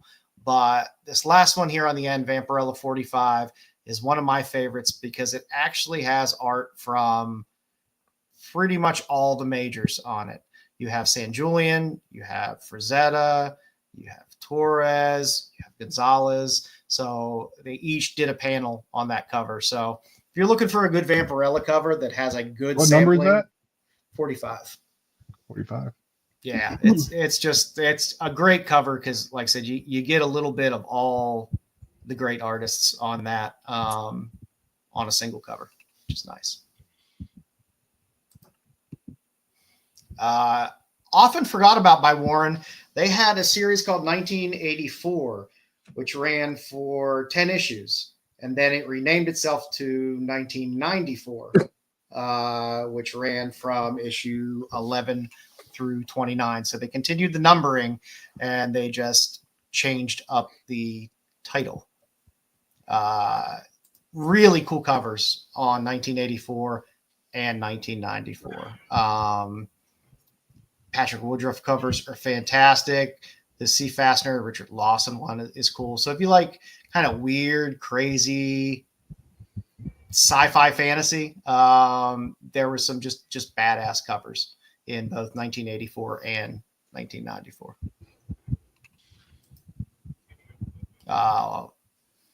Still one of the best magazines ever put out. Heavy Metal was ridiculous. It just had such great fucking covers and such amazing artists through the span of the 330 issues that they had put out. They're originally through Heavy Metal, then they changed kind of publisher along the way, and now, of course, it's relaunching again. So that's something. So we got that going for us. So there's some really good Chris Archelios covers that are in this run. They all kind of have this type of format with this nice stark white background that really stand out. Dave Dorman is just a beast. I love Dave Dorman. We'll see some more Dave Dorman later when he does a pretty awesome cover. I like Chris Achilleos. He's a very famous Doctor Who artist. His stuff is beautiful. He just does really beautiful stuff. And this is my favorite Milo Manara cover. I love this fucking cover to no end. Some people like the Penthouse cover where it's, chest down, ass up of the Manara covers. But this is definitely one of my favorite Milo Manara covers. This one they actually have if you did the Kickstarter, they did have back issues that you could get. So that answer to Mega Theron's question. Yeah, it's a Kickstarter, right? That's Heavy Metal. But I think they're releasing now because I saw the previews out. And I think they had the Kickstarter, which had some exclusive covers, but a lot of those covers are also coming out open order. So there's Heavy no Metal cover. What company? What publishing company is doing it? I think it might be Massive that's doing it. Massive. Yeah. I've been watching videos of Heavy Metal cartoon. I want to see shit like that again, man. If you're a Heavy Lobo, that Sammy Hagar. I love the Sammy that Hagar whole soundtrack Heavy is Metal. fucking awesome. Yeah, great soundtrack. You're right. If you are a Lobo fan, there's a handful of good Simon Bisley covers that are in here. So if you like his art, there's definitely some winners by Bisley in here. There was even a nice Jack Kirby cover as well. That was nice. Wow. I think there's a secondary cover of that's a wraparound with some pretty nice psychedelic Kirby art. That's Jack Kirby in the middle. Yeah. Wow. Looks like I'm not saying this to be funny. That looks like Mark Spears style. That is very Mark Spears to me. Yeah. Wonder if that's where he gets some of it. He likes that old Jack. stuff. Jack used to use the same kind of coloring, very bright. Yeah. Very futuristic. So. And toward the later run of Heavy Metal, this Jack Levesque cover is just a gorgeous fucking Heavy Metal cover. Jason Levesque. Marvel, and we'll get into some other Marvel things a little bit later. Heavy is the head. But the Savage Sword of Conan was amazing. Amazing Vallejo covers through this, but also some really great Joe Jusko stuff. If you're a Jusko fan, Bob Larkin is a beast. Bob Larkin does not get the praise that man deserves. That man could bang out art like nobody's business. And a lot of the Marvel stuff and magazines that were out, a lot of it is Bob Larkin covers, and they're all fantastic. And Michael William Kaluta as well has some interesting, fun little covers with Savage Sword of Conan, starting with, I believe, this one on 207. They changed up the look of the trade dress. So if you're ever digging through the boxes and you see that trade dress that you see on that last one there on the right, that's used toward the end of the run. So those are the later issues. That one in the middle is every man's face when he's watching television and his wife starts asking questions. Yeah. I love Bob Larkin, man. I got a lot of Larkin covers in here. God, he was good. It was fucking good. So Penthouse, I'm just going to run the gambit through Penthouse. Before there was Penthouse Comics, there was this 1975 release by Penthouse of Oh Wicked Wanda. So this is truthfully your first taste of Penthouse putting out comics. You have to wait until 1994 for the Penthouse Comics with an X. But in 1975, if you ever come across this, it's a great book to have. Fantastic artwork. But come 1994, you got the old Penthouse Comics imprint that most of us are familiar with. Again, great stuff. Some great early Hughes stuff. Yeah, it's Joe Chiodo. I love Joe Chiodo and anything he does. And Tex, you got Tex doing some covers as well for all you Ghost Rider fans out there that love Mark Teixeira.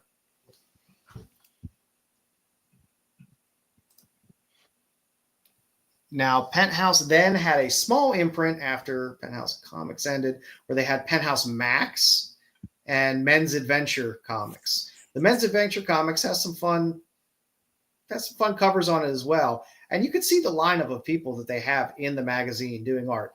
Hildebrandt, Vallejo, Walt Simonson, Mignola, Gibbons, Sienkiewicz. These books, I mean, say what you want. I can say, yeah, it's a Penthouse book. But they didn't fuck around in terms of the artists that they pulled in to do really great work in these things. And again, phenomenal Dave Dorman work. Dave Dorman's just fucking awesome. And of course, now you have your current modern imprint of Penthouse Comics. The current run was great. I mean, 6 issues, banger covers across the board. These were just a few of my favorites. Of course, I'm going to put in anything where there's a Luana Vecchio cover. The Suspiria cover in the middle, I chose X's for this to blot out the titties. And the James Harvey cover on issue 6 is also pretty nice. It's a nice can. This is still one of my favorite Suspiria covers. I can see why. And Marvel's had a ton of magazines. It was never my jam, the Marvel magazines. I like the horror ones and the titty ones more than anything else. But Marvel had quite a run of different magazines. So you had your Marvel Super Specials. And of course, I know Dom got that one in the middle. Different languages and that shit too. And again, that Empire Strikes Back, that is a Bob Larkin cover. First Boba Fett, the original first Boba Fett. Yep. Bob Larkin also did that Jaws 2 cover as well. And you got some more Tex artwork there on the Buckaroo Banzai, which is a fantastic fucking movie that's horribly underrated. I love Buckaroo Banzai. Yeah, it's fantastic. Marvel Preview as well had some fun stuff in it. Again, Bob Larkin, that Satanic cover is awesome. Earl Norm, who also does amazing work. This is probably the best Lilith cover out there. With the original Lilith, the actual daughter of Dracula, not that bullshit that we have now. But I enjoy the original Lilith, daughter of Dracula. And you got fun, bizarre adventures. Howard Chaykin is always wonderful. So nice, bizarre adventures there too with Howard Chaykin art. For all you Kung Fu fans, be it your Shang-Chi or your Iron Fist, you had Deadly Hands of Kung Fu. I didn't choose the I believe it's a Larkin cover where you got Iron Fist on the cover because I kind of dig this one a little better when there's all kinds of shit going on. But this is where you got your Shang-Chi and your Iron Fist and all this fun stuff in here. So if you were a martial arts story fan, there's a lot of good stuff in here. Marvel also dabbled in the old kind of space fantasy, not as sexy, but still space fantasy, kind of heavy metal realm with Epic Illustrated, which also had some great covers. The James Fox cover is fantastic. The Jeff Jones cover is stunning. Tim Conrad's work is beautiful as well. So if you're a sci-fi fan, there's some really cool covers in here. And there's also some good stories and stuff in there as well, and artwork.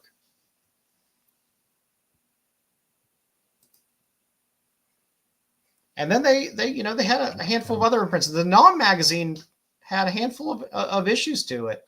So if you were into kind of war comics and didn't want to read them in small comic form, the Nom had a full-size magazine for a while, which had some fun covers. I love the Clint Eastwood Joe Jusko Punisher cover on the Punisher magazine. Jusko's he's a good guy. Yeah, and it's just like, it's like, okay, that's Clint. Is a fantastic little hat tip to Clint. You feel lucky. Mm-hmm. Okay.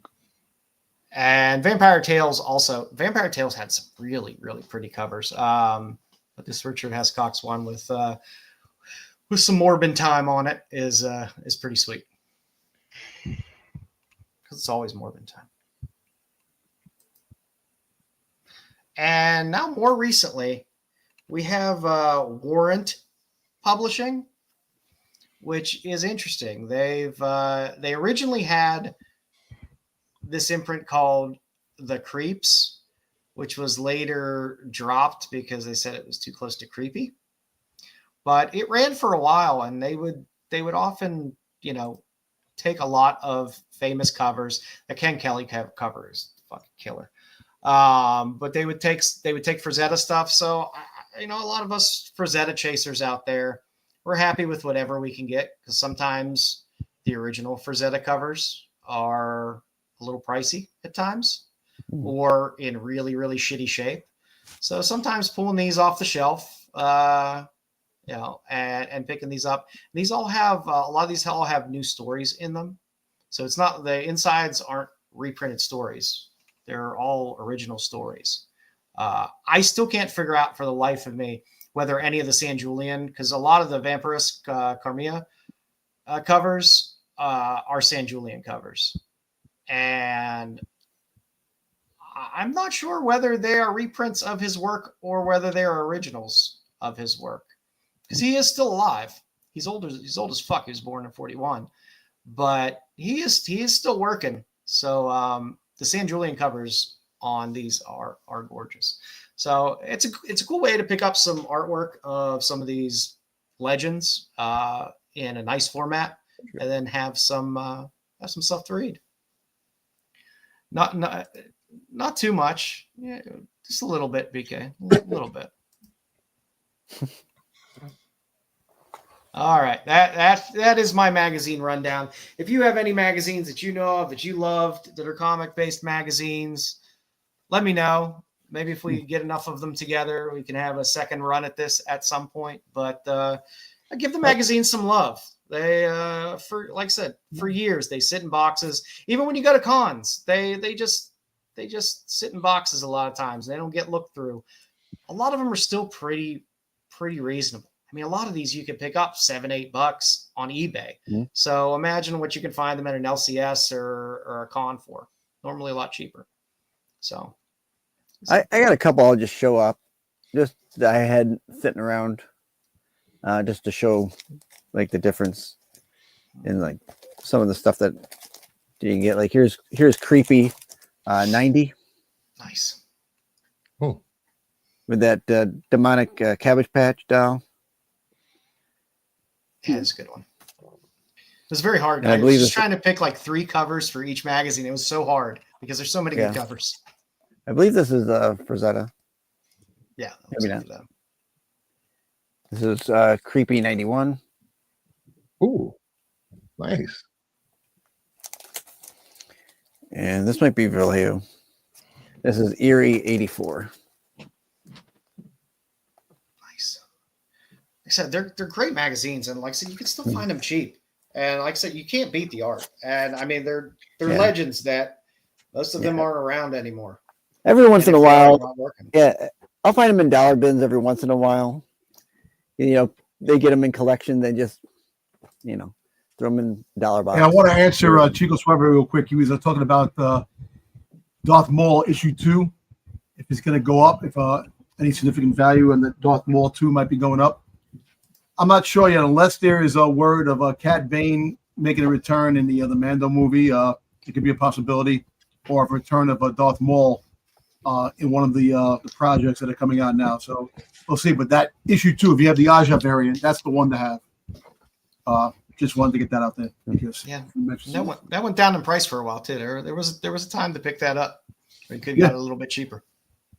Yep. Yeah. Nice. All right. So I'm going to give you guys a little going back in time. Old fucks like us, most of us remember a time when you'd get home from school and you'd look for something. Maybe you wanted to watch cartoons, or maybe you wanted to learn a life lesson and watch an ABC after school special. ABC after school specials ran from I think 1972 through 1997. I didn't realize there was that long of a time span for them, but apparently there was. And you would get maybe 5 after school specials a year, maybe 6. They were always wonderful. They had the production quality of a Lifetime movie. You had actors that at the time, of course, you didn't fucking recognize because they were mostly kids. Right. But you would find that they would go on to be quite recognizable actors nowadays in some of these. So I'm going to go through a few of the wonderful ABC after school specials. All right. Starting with Stoned. Scott Baio. Scott Baio was in Stoned. Jack thinks smoking pot is the answer to all of his problems. Jack Mellon is a good student, one of the best in his class. He's shy, has no friends, can't talk to girls. Getting high seems to get him friends, but it's also going to get him in deep trouble. So, like booze.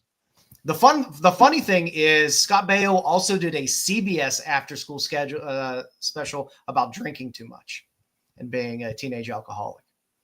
So Scott Baio, back then we listened to Scott Baio back then. We listened to him. He ran the gambit. But let me ask you a question. But does Joni love Chachi? That's what I'm asking. Of course he does. Only if he's bringing a fat bag with him, apparently. And now he's a huge political advocate. Yes. One of my favorites. The funny thing about these, I'm sorry. The funny thing about after school special, I remember them being there, but if you were, you're showing us now, but like if someone were to like stop me on the street and say, some random guy YouTuber, like, hey, here's a $200 if you can tell me one after school special, I couldn't do it. You will after this segment. I'm gonna tell you what, the most popular after school special, Ben Affleck with the steroids. That's a good one. This is one of my favorite. My dad lives in a downtown hotel. A touching story of a young boy and a struggle to accept the separation of his parents. This starred Beau Bridges.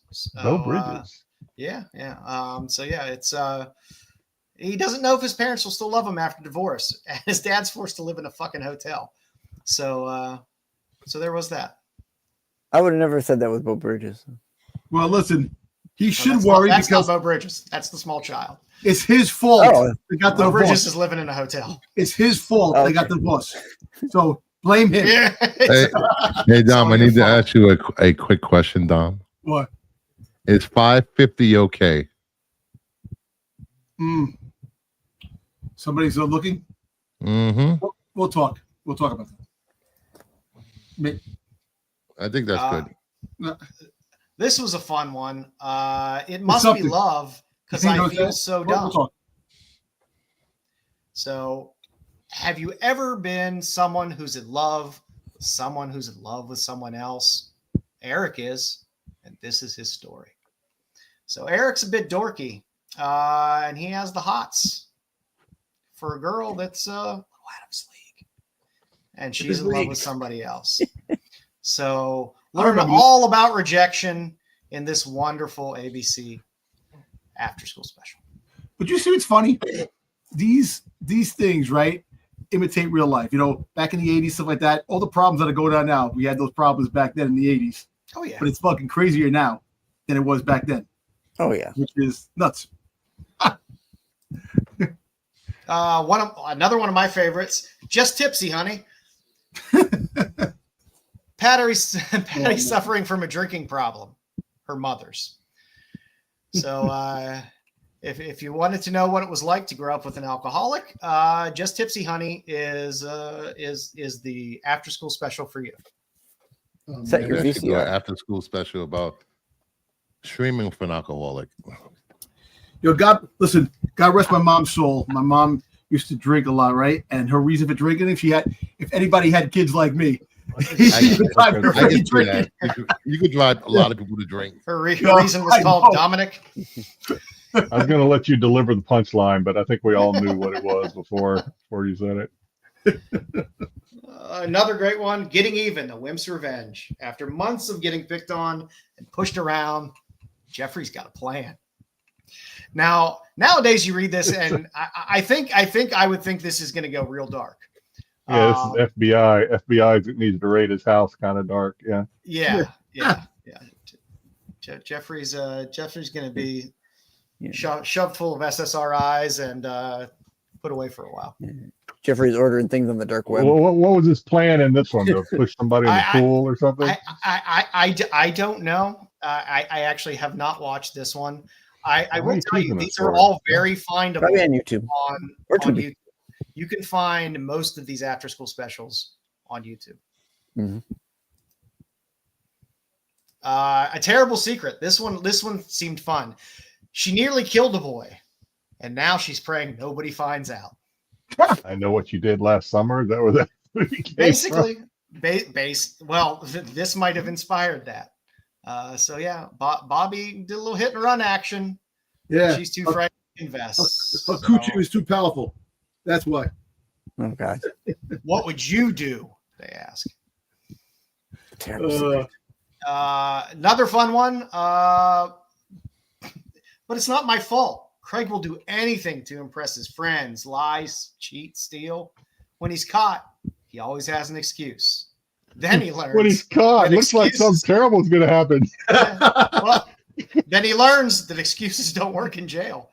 Yo, what is that? Lie, cheat, and steal. What is that, Eddie Guerrero? Oh, Eddie Guerrero, man. lie, cheat, and steal. Viva La Raza. He's somebody's wife now, it looks like. Yes. Yeah, he's someone's bitch. He's handing over his ramen. I love this. Brought to you by Kellogg's and McDonald's. Is that butt with two T's? I bet it. Rob Lowe stars in this one. Schoolboy Father.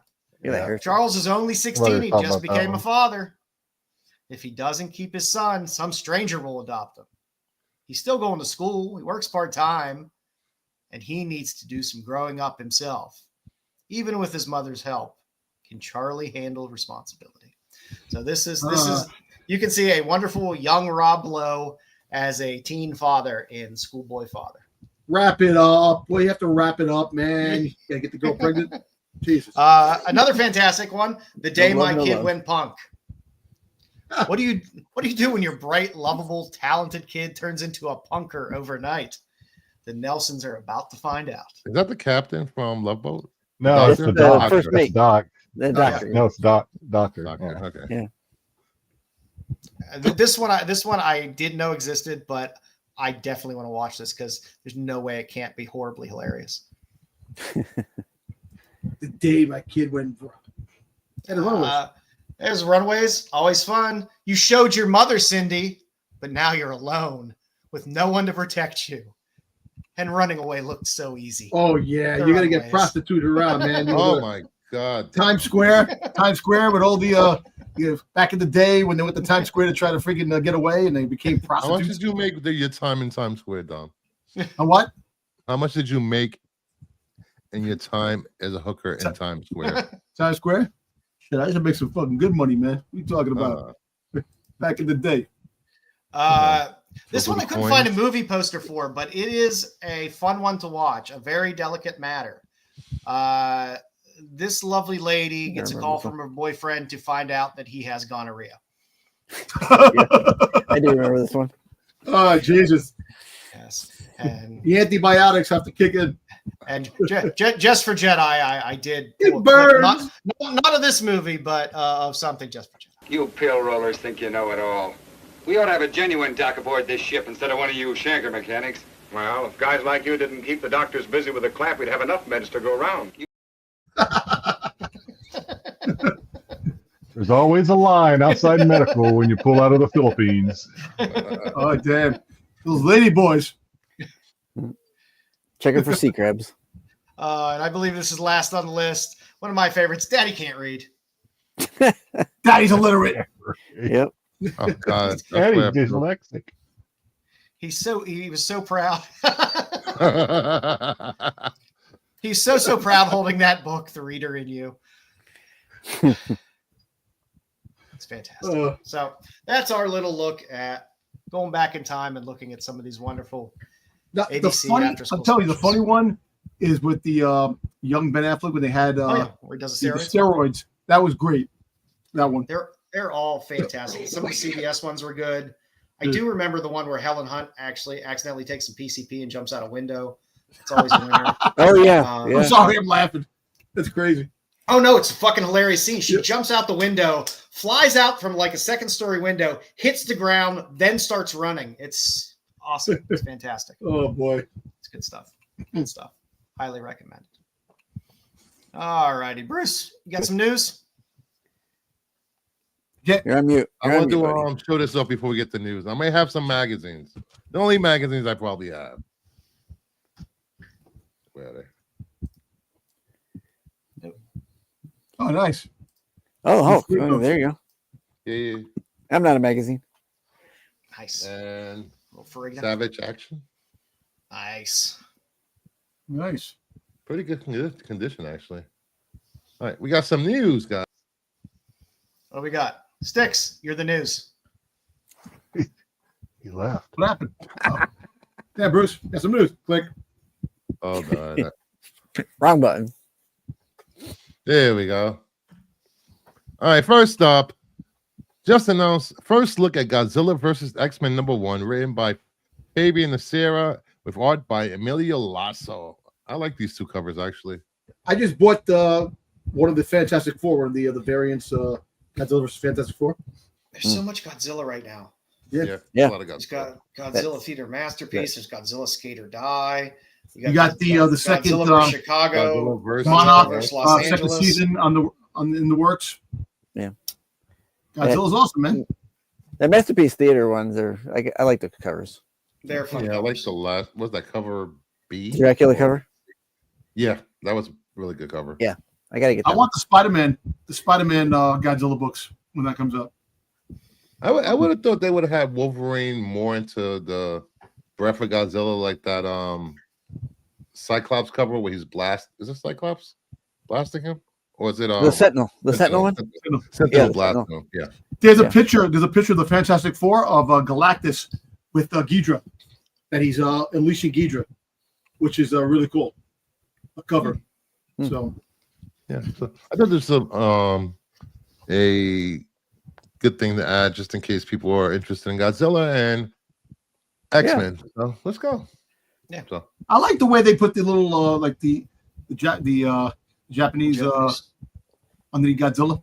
You know, put the wording. Characters. I like the characters. Yeah, all I know is they're pushing Godzilla a lot everywhere. DC, Marvel. Godzilla did kill Superman in the other book. Kill Superman. Just put him into a coma for a few days. I do like how the Marvel Godzilla is like the 70s or 80s run. Oh, the original, I like that. So that's good. Fantastic Four, when the Avengers fought him. You know, I like that. I didn't see the Peach one yet. Which one did Peach do for the Peach? I think the Peach looks pretty good. What title and what issue number? I don't know. I'm guessing it's a Marvel one if it's Peach. Yeah. Yes, Godzilla needs Dum Dum Dugan. Yes. Hopefully, you have Shield involved. All right, moving on. Enola Holmes 3 reportedly begins filming in April of 2025 in the UK. Highlander to begin filming in May in Scotland. Hey, did you hear the rumor? I don't know if it's true. No. 007? 007? What? No. I don't know what Enola Holmes is. I've never heard of that. Oh, it's not bad. She is. I liked it. It's Sherlock's little niece. Sister. Is it sister or niece? I think it's a sister. And Henry Cavill is Sherlock Holmes. Yes. And there's already been 2 of them. This is part 3. They were on Netflix. Missed that. I think they're still on Netflix. They were very good. I like them. Millie Bobby Brown. I'll have to check them out tonight. I've never heard of it. Millie Bobby Brown plays Enola Holmes. It's on Netflix. And me and Joe really agree on movies. Yeah, it is pretty That's rare. true. No, I enjoyed it. They're very well done. They're cute movies. If you like Sherlock type stuff, and he plays a great Sherlock as well. Yeah, he does. He's not in a ton of the movie, but he's in enough that was I think this was a missed opportunity for them to reboot Sherlock Holmes with him. I think he would have done well. I'll let you know. I'll watch the first 2. They're like I said, they're fun, watchable movies. Okay. Yeah, you want to do a watch party, Styx? Absolutely. I'm excited about Highlander. I need me some Highlander. I don't know. Are they changing the concept of Highlander? Are they going to change it for what it was? Well, no one knows yet. They haven't really revealed the details of the script. Yeah. I mean, the concept can't change too much, right? I mean, they can change it all they want. Yeah, they could. They could. More aliens. Aliens. Yeah. Look at them aliens. Oh, guys, If don't make Highlander 2 canon. God damn. They're gonna Highlander. When you die, you get a consolation trophy. Yeah. You get a little participation trophy. Yeah. A little blue ribbon. I will keep saying that Highlander TV show was better than the movies. The first movie was fantastic. No, the first one. The series was absolutely awesome. Yes, the series was great. Not Raven. That was horrible. I like the first and the third movie, the one with Mario Van Peebles. I like that. You don't like the one with Edge? When Edge was in it? No. I wasn't a big fan of the movies. I don't understand how there could be any sequels to it. To be honest with you, that's what I don't understand. You know, made me laugh. Freaking Sean Connery died, but then came back. How is that possible? You know what I'm saying? That's what I'm saying. I don't. I mean, at the end of Highlander, there is one, and then suddenly he came back. Are there different universes or something? No, but the TV show was actually great, ahead of its time. TV show was great. Yeah, it had a lot of good stories. Show dug into the lore more, and it was. I actually liked when he killed the Highlander that was possessed, and he wound up getting the demons, and he wound up killing. He turns evil a little bit. Yeah. He killed and then he was going a little crazy. And then they brought in original Highlander in a couple episodes, which was good. Yeah, you got Christopher Lambert coming back. Yeah, he was in the first episode and a couple of them in the middle. The McLeods reunite. Yeah. Yeah. It was good stuff. And they are I'm cousins. looking forward to it. I'm looking forward to Enola Holmes as well because number one, it'll be on Netflix, which means I don't have to do a fucking thing other than fucking this and watch it. That makes me happy. Right. Good. Well, you got me to watch something there, Bruce. Good job. I think you'll like them. That's what I'm here for. They're good. Okay. I enjoyed it. She's great. I knew we had you on for something. And you got Elena Bonham Carter in it as well. And she's fantastic. There you go. And finally, for the night, we have Little House on the Prairie reboot is in the works at Netflix. Oh, good Lord. Shine. No. Showrunner for The Boys will serve as showrunner for this. Showrunner for The Boys? Listen. I already see what this is going to be about. Brutal.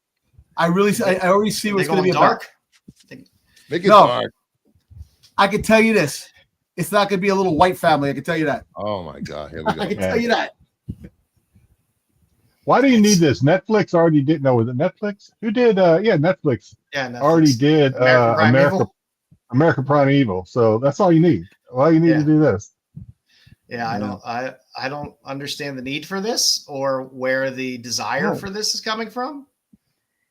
Yeah. You want to watch a period piece? Watch the original Little House on the Prairie. Exactly. There is no need to reboot this. I just don't know. Like, if they go a very different direction with it, you're going to turn off people that liked Little House on the Prairie, even though most of those people are dead now anyway. I dealt with it. I did. Well, that's true. I did. Nah, that's what I said, JC. Let's do a horror version, make it dog killing, possession, demons. I want to see all of that. Zombie cowboys. Let's go. My brother loved Little House on the Prairie. Hey, man. Yo, my brother loved Laura Ingalls. That was his favorite character. Laura, yeah. He loved her when he seen her. Hey, Nellie Waller was the best heel ever. Actually, it was. Yeah, it was woke back then. It was. It was compelling. Very compelling. Storytelling at its best. Yeah. I'm pretty sure Joe has seen a version of that. I don't need it. I really don't. No, I don't even want to watch the original sometimes. And why is this girl from The Boys doing it? That doesn't make any sense. It's just weird. I don't understand where the market, unless it's like, well, maybe American Primeval tested really well, and people like that kind of prairie and western type stuff. I don't know. I don't understand this. This one confuses me. I'd rather watch 1800s House or whatever it was on PBS. Yo, why don't you bring back Stairway to Heaven? Bring that shit back. Yeah. You could have that show crossover with Della Reese's show, Touched by an Angel. Touched by an Angel. Little Haunted House on the Prairie. Let's effing go. Thank you, JC, for being a man of taste. From the people who brought you The Conjuring. Yes. And that might actually work. And apparently the books had violence and drama, so maybe that's what they're basing it off of. So we'll see. That's true. They were kind of deep in it. Might be a true adaptation of the books, though, which would be awesome. It'll be something. Maybe. I'll watch it. I'll probably watch it as well. Yeah. I guess it'll all depend on who they cast, whether I watch it or not. Right now, the second season of The Recruit dropped on Netflix, so that's what I've been watching. There's a very tasty blonde number in that series. This I'm season. almost finished with season 12 of Supernatural. And this isn't your first time watching it, though, right? It's my third time watching it. Okay. Yeah. You've been through it before. You just rewatch it. I love that show. That's a fantastic show. I won't say anything. I watch Doctor Who front to back a lot, too. So. Hey, Supernatural's fun. I mean, it used to be great because the CW used to run. They used to do it with Charm, too. They would run all of their reruns in order. Yes, Tyson. Yes. So you'd be able to watch if you watch I time them out. In the mornings or the nights. You used to be able to watch those shows in order, which was fun because you'd be able to watch Supernatural all the way through just by I just kind of watch it every day. Yeah, I can remember watching when I worked at a hospital, and we'd go up and watch like at noon. They'd have like Charmed or Charmed all the time. Buffy the Vampire Slayer on at noon. On like I don't know what channel it was, Sci-Fi or USA or one of those. Yeah, cable channel.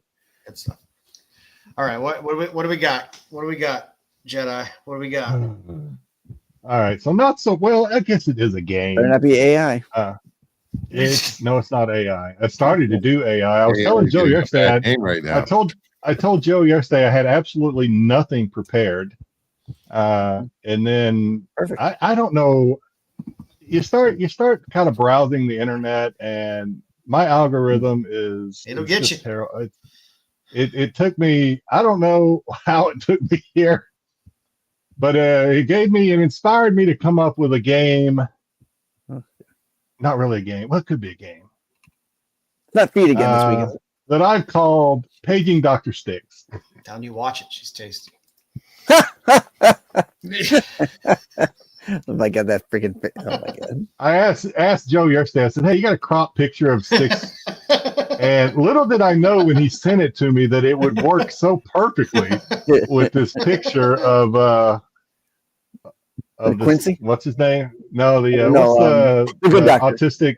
The good doctor. Yeah, yeah. The kid from Psycho, Psycho kid. Bates Motel. Yeah, Bates Motel.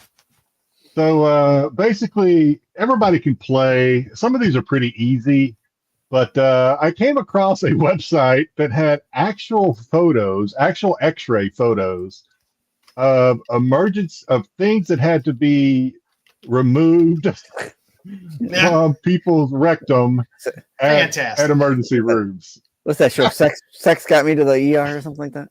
Yeah. Well, here are some pictures, and we're going to try and guess. Some of them are pretty easy, what these objects are, and then I'll tell you if you're right or wrong. Most of these are pretty easy, though, but it's still, I thought, was pretty funny that there's actually a website out there. And this may be a one and done. This may be a one shot. We may never do this again because I don't know how much material is out there. But here's the first one. Why don't you eat a sandwich, Styx? Jeez. What is this that had to be removed at the emergency room? What object is this? Is that a can of beans? It looks like two people. It looks like two little dogs pushing something up high. His bones. Like a jar of peanut butter. It's a jar of peanut butter. Definitely. All right, not bad. Pretty close. This is a soda can. Can of Foster's if it is. Pabst Blue Ribbon. PBR ASAP. Megan can actually read the logo on the can. Soda can. JJ says soda can. Hey, welcome, JJ. Sorry you came in at just this moment, but JJ picks the right times. He always does. He always comes in. He can't get enough of my perverted segments, I guess. Boba Fett helmet. No, this isn't Dom. This isn't an X-ray of Dom. Boba Fett's helmet. It is a glass cup. Pretty, yeah. So what? These get a little harder. Just a glass cup that has been inserted. You can see it. What the hell? That's the face you make when it goes. I'm so confused. That's a glass. Right, that'd be horrible. I'd be so. Why? Why would you put that up here? Things that shatter. Things that shatter. Are you training for something? I don't understand. Of all the things, never mind. You heard about the woman that went to get an MRI? She had a butt plug left in her butt, and it was metal, and it ripped through her organs. She left it in. Oh yeah, I did see that. Yeah. Oh yeah. I don't know. All right, next. This is pretty easy, guys. Yeah, that's a long neck. Go. That's a long neck there. That's a long neck right there. Suck it, Canada. That's a Pabst Blue Ribbon. That's a cerveza up in there. That is no OV split. That is a glass bottle. That's no OV split. What is wrong with people in glass? Yeah, what the hell? God damn. All right, Pabst Blue Ribbon again. Yep. Yeah, anything glass seems like that would be the worst thing. I don't think anything's necessarily. Yeah, nothing's good. All right, what is this? What is this? A yeast infection? What the fuck is it? It's a moose knuckle? I don't know, man. It's like somebody put a fucking flyer up there. They fucking thought. A what? A flyer? Like a book or some shit? It's a ping pong ball. Is that a mana ray? It's a ping pong ball. Well, I see the round thing. I'm not sure. It is a ping pong ball. Exactly.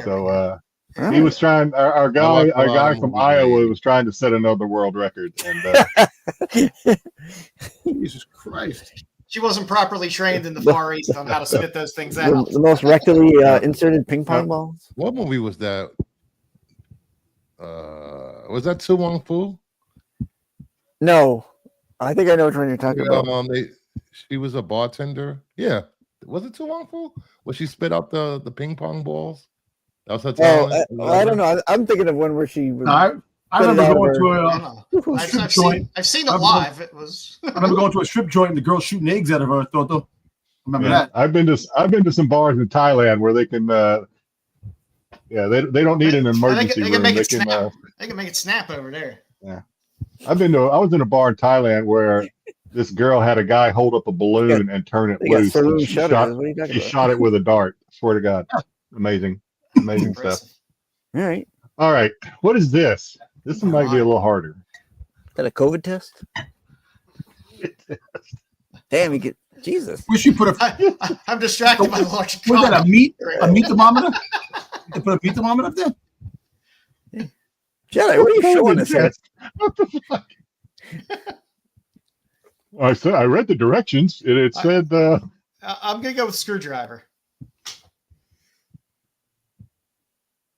It's not a pregnancy test. It's a good guess, though. It's a good guess. It's a penis.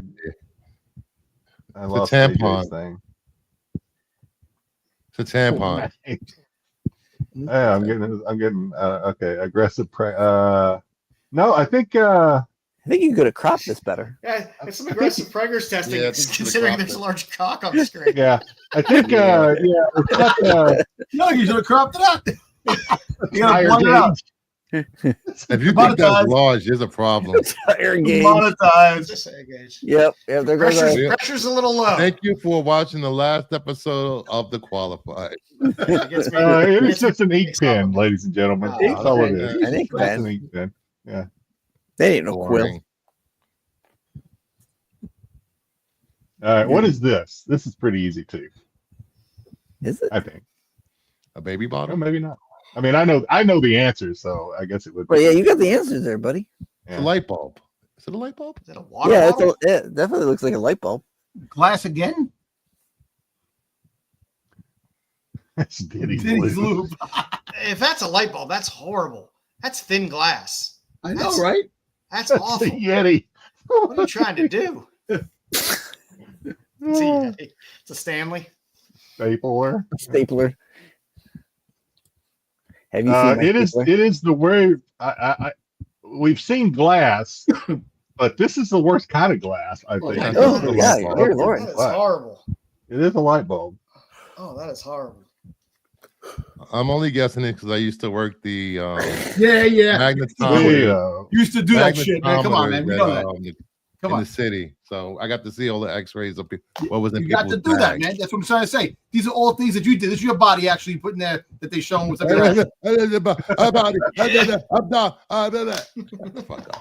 light bulb. All right, what is this? This was pretty easy. That's a fucking dildo. Oh, that's a dill. Yeah, this one. I thought these things were supposed to have like safety things that kept them from like getting all the way in like that, but it is a silicone dildo. It went all the way up in. She lost control of that insertion. Is what they did. She wanted to tickle her heart. She was trying to choke from both ends. That's deep. Man, that thing is like touching their heart practically. I give her a thumbs up for dedication. It's a lightsaber. All right. Next. Is that a solo cup? Is that a? This is like a shot glass. A shot glass. I threw this one in. It's actually this. I'll speed through this one because we've actually seen this already. This is another glass cup. Yeah, I thought so. Yeah. People keep putting glass in themselves. It just seems readily dumb. available, I guess. It's bad enough you have to go to the emergency. What is this? The hell? A fucking pickle? This is a different angle. I'll help you out. This is a side angle instead of a front or back angle. Obviously, you can probably the cucumber. You can tell by the is that an eggplant? Is that an eggplant? Eggplant might be a cucumber. That looks like an eggplant. Little eggplant anal, John. Organic stuff is. It is an eggplant. Very good. Yeah. Very good. Damn. I know my. Right, what is this game? Because what is this? Another side view. What is this one? What? I'm not entirely sure to know where to look here. I'm trying to figure out what I'm looking at there. It's a pet snake. No. My lost hamster. I've been looking forward for it. Is that a binder clip? Put a binder There's clip Mr. Fluffy. on there? Huh? What do you say, Jeff? Looks like Is that a drumstick? It's a Is that a drumstick? Windshield wipers. I'll see you some pictures later, Terry. Tyson says it's a toothbrush, and Tyson is right. It is a toothbrush. Oh yeah, I see it now. You can see it now. Okay. Yeah. No, okay. Go. All right. What is this one? That's one way to keep the cavity creeps away. What the hell is that? That looks like one of those rocks. You know, like one of those crystal rocks you put up your throat, though. What? It was What are you talking about? No, I'm just saying, it looks like one of the rocks. One of those, one of those Russian dolls. You said it with a crystal rock that you put up your rectum. So you're saying that they are following instructions when they do. I don't know, man. It looks like this one looks like an eggplant again. Wow. I think it's one of those Russian dolls. It's just a Russian nesting doll. JC says it's an avocado. No, not this time. It's not an avocado. I forgot it. Apparently, it's not a Russian nesting doll. Is it a can of deodorant? It does look like a Russian nesting doll because of all the layers that you see. Got all layers. It is a babushka doll. Oh my god! Yeah, I got one. There we go. This is definitely from Russia. Yep. Matryoshka doll. And that's it, folks. Oh my god. And we're canceled. That's just the gift that keeps on giving. The nesting dolls. That's worth a second turn on another show, Jedi. We'll see how much material is out there. Now that I'm sure Google's going to recommend it every time I log in now. Oh yeah, you'll be getting new ones every week. Yeah. There was a question in the chat earlier from where is it? I think I started. I'm surprised there was a lack of tools. Normally, I see tools in hammers. those all the time, wrenches and all kinds of weird shit. Yeah, you have anything on this, Joe? Canadian variant ASM 252. I'm not sure on the Canadian variant. Yeah, because I looked it up on Go Collect, and you get a 9.2 graded for like 235, and a 9.4 for like 317. Oh, the Canadian variant? I don't know if I pay raw 300 for that, but it depends on the 9.4. Is that 75-cent variant? I don't know. For 252. Let me see. You said it's graded or not? For $1. Yeah, it's jacked up. 75 cents. Yeah, 75 cents. Yeah. I mean, well, that book is going up. The regular one is going up. So I don't know if the Canadian variant might go up. Is there a Mark Jeweler in that book too? Yeah, there's a Mark Jeweler. Yeah, there's a Mark Jewelers. Yeah. 300 does not have a Mark Jewelers. So I mean, the problem is most of the raws that you come across are probably going to be 9.4 or below. No, there was a couple months they didn't have it, and that was one of the months. You sure? Oh, graded. Yeah. What's the grade?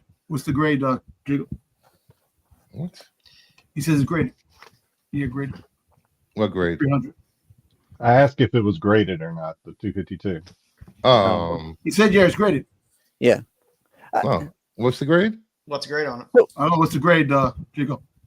Yeah. So technically, Canadian is a foreign variant. I mean, North American. He's got the 75 but variant. There's a lot of books.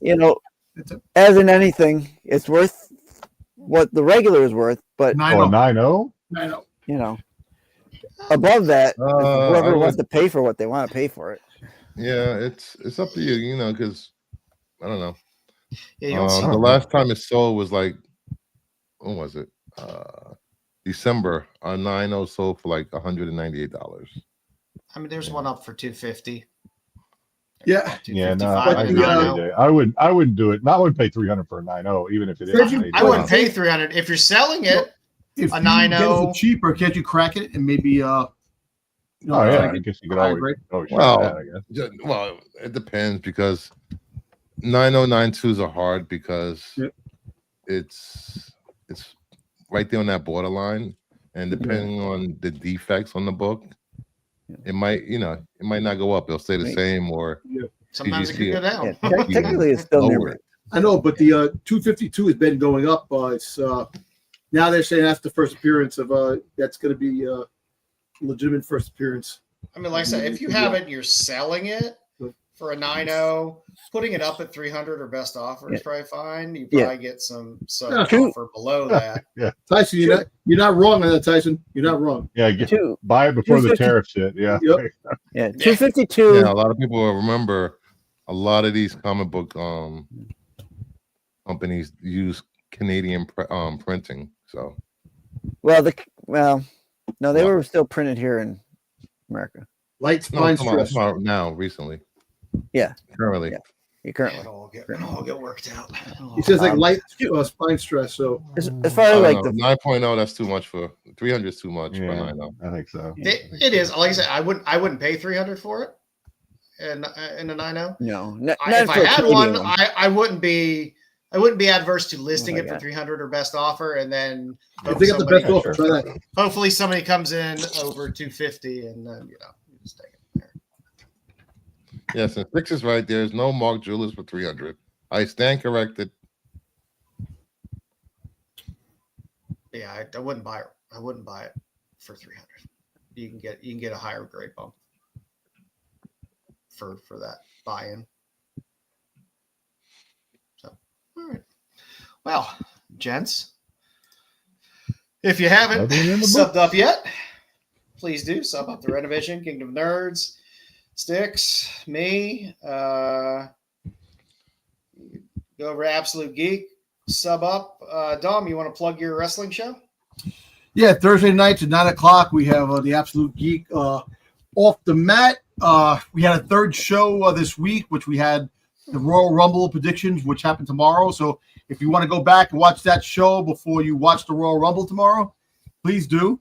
Absolute Geek. And next Friday, I won't be here. I'll be on my way. I'll be in Mexico on the Comic-Con cruise. Hopefully, wish me luck. Kamikaze now. Yeah, take lots of footage. Take lots of footage so we can have some footage when I come back. We'll edit it down. Do what we gotta do. Yep. Take lots of pictures, lots of video. The funny thing was that they for each piece of equipment, like each piece of the internet, they were charging $100 for each piece that you get internet, which is ridiculous. That's what I'm saying. Just take everything offline, take videos, pictures, and then worry about putting it back together when you get back. I told you to bring your own. I'm interested in the quality of a cruise when it's a comic cruise.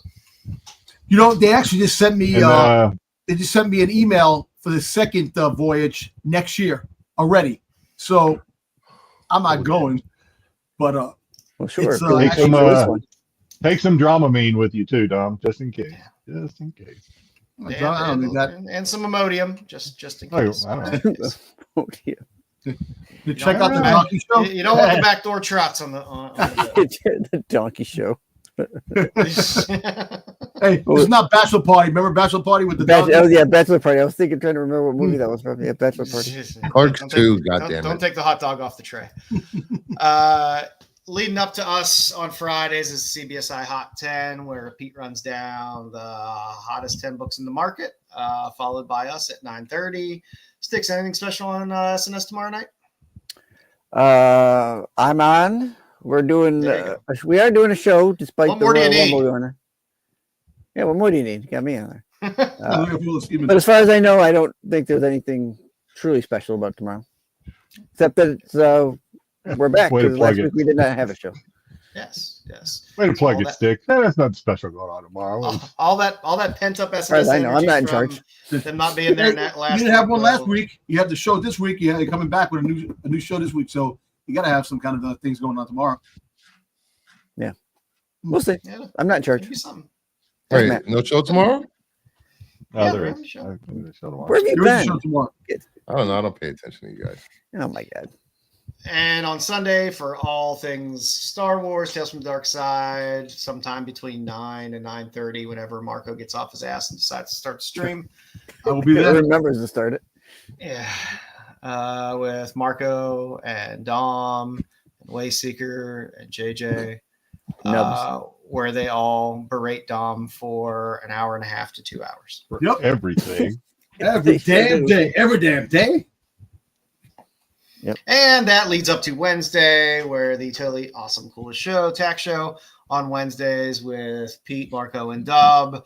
check out the rewind of the show from this last Wednesday when Flops was on. It was great to have Flops on. It was very nice of him to pop on late at night since he's over in the UK. So with the time difference and everything, it was nice of him to give us some time and hang out for a while. So go rewatch that interview. It's good stuff. Yeah, I wasn't there last weekend. No. I have a little preview for Sunday of my FOC. One of the best covers that I've seen so far while I was doing FOC, and one of the worst covers by one of comic books infamous Frank Miller. No. Which one? Oh. Liefeld. Oh God. More pockets. Oh my God. What's wrong with that? What is this? Holy shit. Why is Liefeld? Is that the first Batman from His head looks like a sticker. Is that the first Batman? Liefeld touch Batman. Yeah, I don't remember him ever doing a Batman before. All right, you know what? That book is gonna be worth money. Liefeld's fire. He's fire. The Joker. What is that? A Cheshire cat? I might buy it to start a fire. I'm going to defend this. I don't actually hate this. I don't mind the Batman, and that Joker is. Oh, the Joker. He's just trying to be First of all, where's freaky, Batman's leg? with the Joker. Where's Batman's other leg? You have one leg. He's right. I was going to say the only thing I see is the way he's got his fist so flat. Is flat on top. Is that back? It looks like he doesn't have a hand in his back arm. Where's his leg? The rumor now. This is AI. Some AI detectives get on this. Oh God. I don't know. I don't hate it. Actually, Maybe I'm grading on a curve because it's Liefeld. I don't hate it. I don't hate it. I might have to pick this cover up with his lights on. I've seen worse Rob work, but it's still Rob work. I don't like it. And a little bit of the best. There we go. A little Zerdy. Little Zerdy. I do dig Zerdy. Yeah. Okay. Don't hit me. It's Zerdy. Get out of here. I like the Liefeld better. I know. So do I. I can't get past those teeth, man. Just too so do I. You guys have no taste. No, it kind of. If you squint your eyes, she looks like Michael Jackson. What? Well, we thank you all for hanging out this week. Oh, thank you for not having the twins up Gator there. Man. Yes, Gator Man. You know me. I try to mix it up. We appreciate you hanging out with us as always. Any suggestions you might have, throw them up in the chat in the YouTube comments. Ideas for spotlights, stuff you want to see. Yeah, I always love taking suggestions for spotlights and stuff like that, stuff you guys want to see. And we will be joining you next week, boys. Any words of wisdom on the way out? No, have a good weekend. No, there we go. Enjoy the run. I'm trying to buy comics with wooden pennies. I can tell you that. There you go. There's some Dom gems there to take with you. So everybody have a great weekend. Thanks for hanging out. We appreciate it. We will see you next week. The qualified.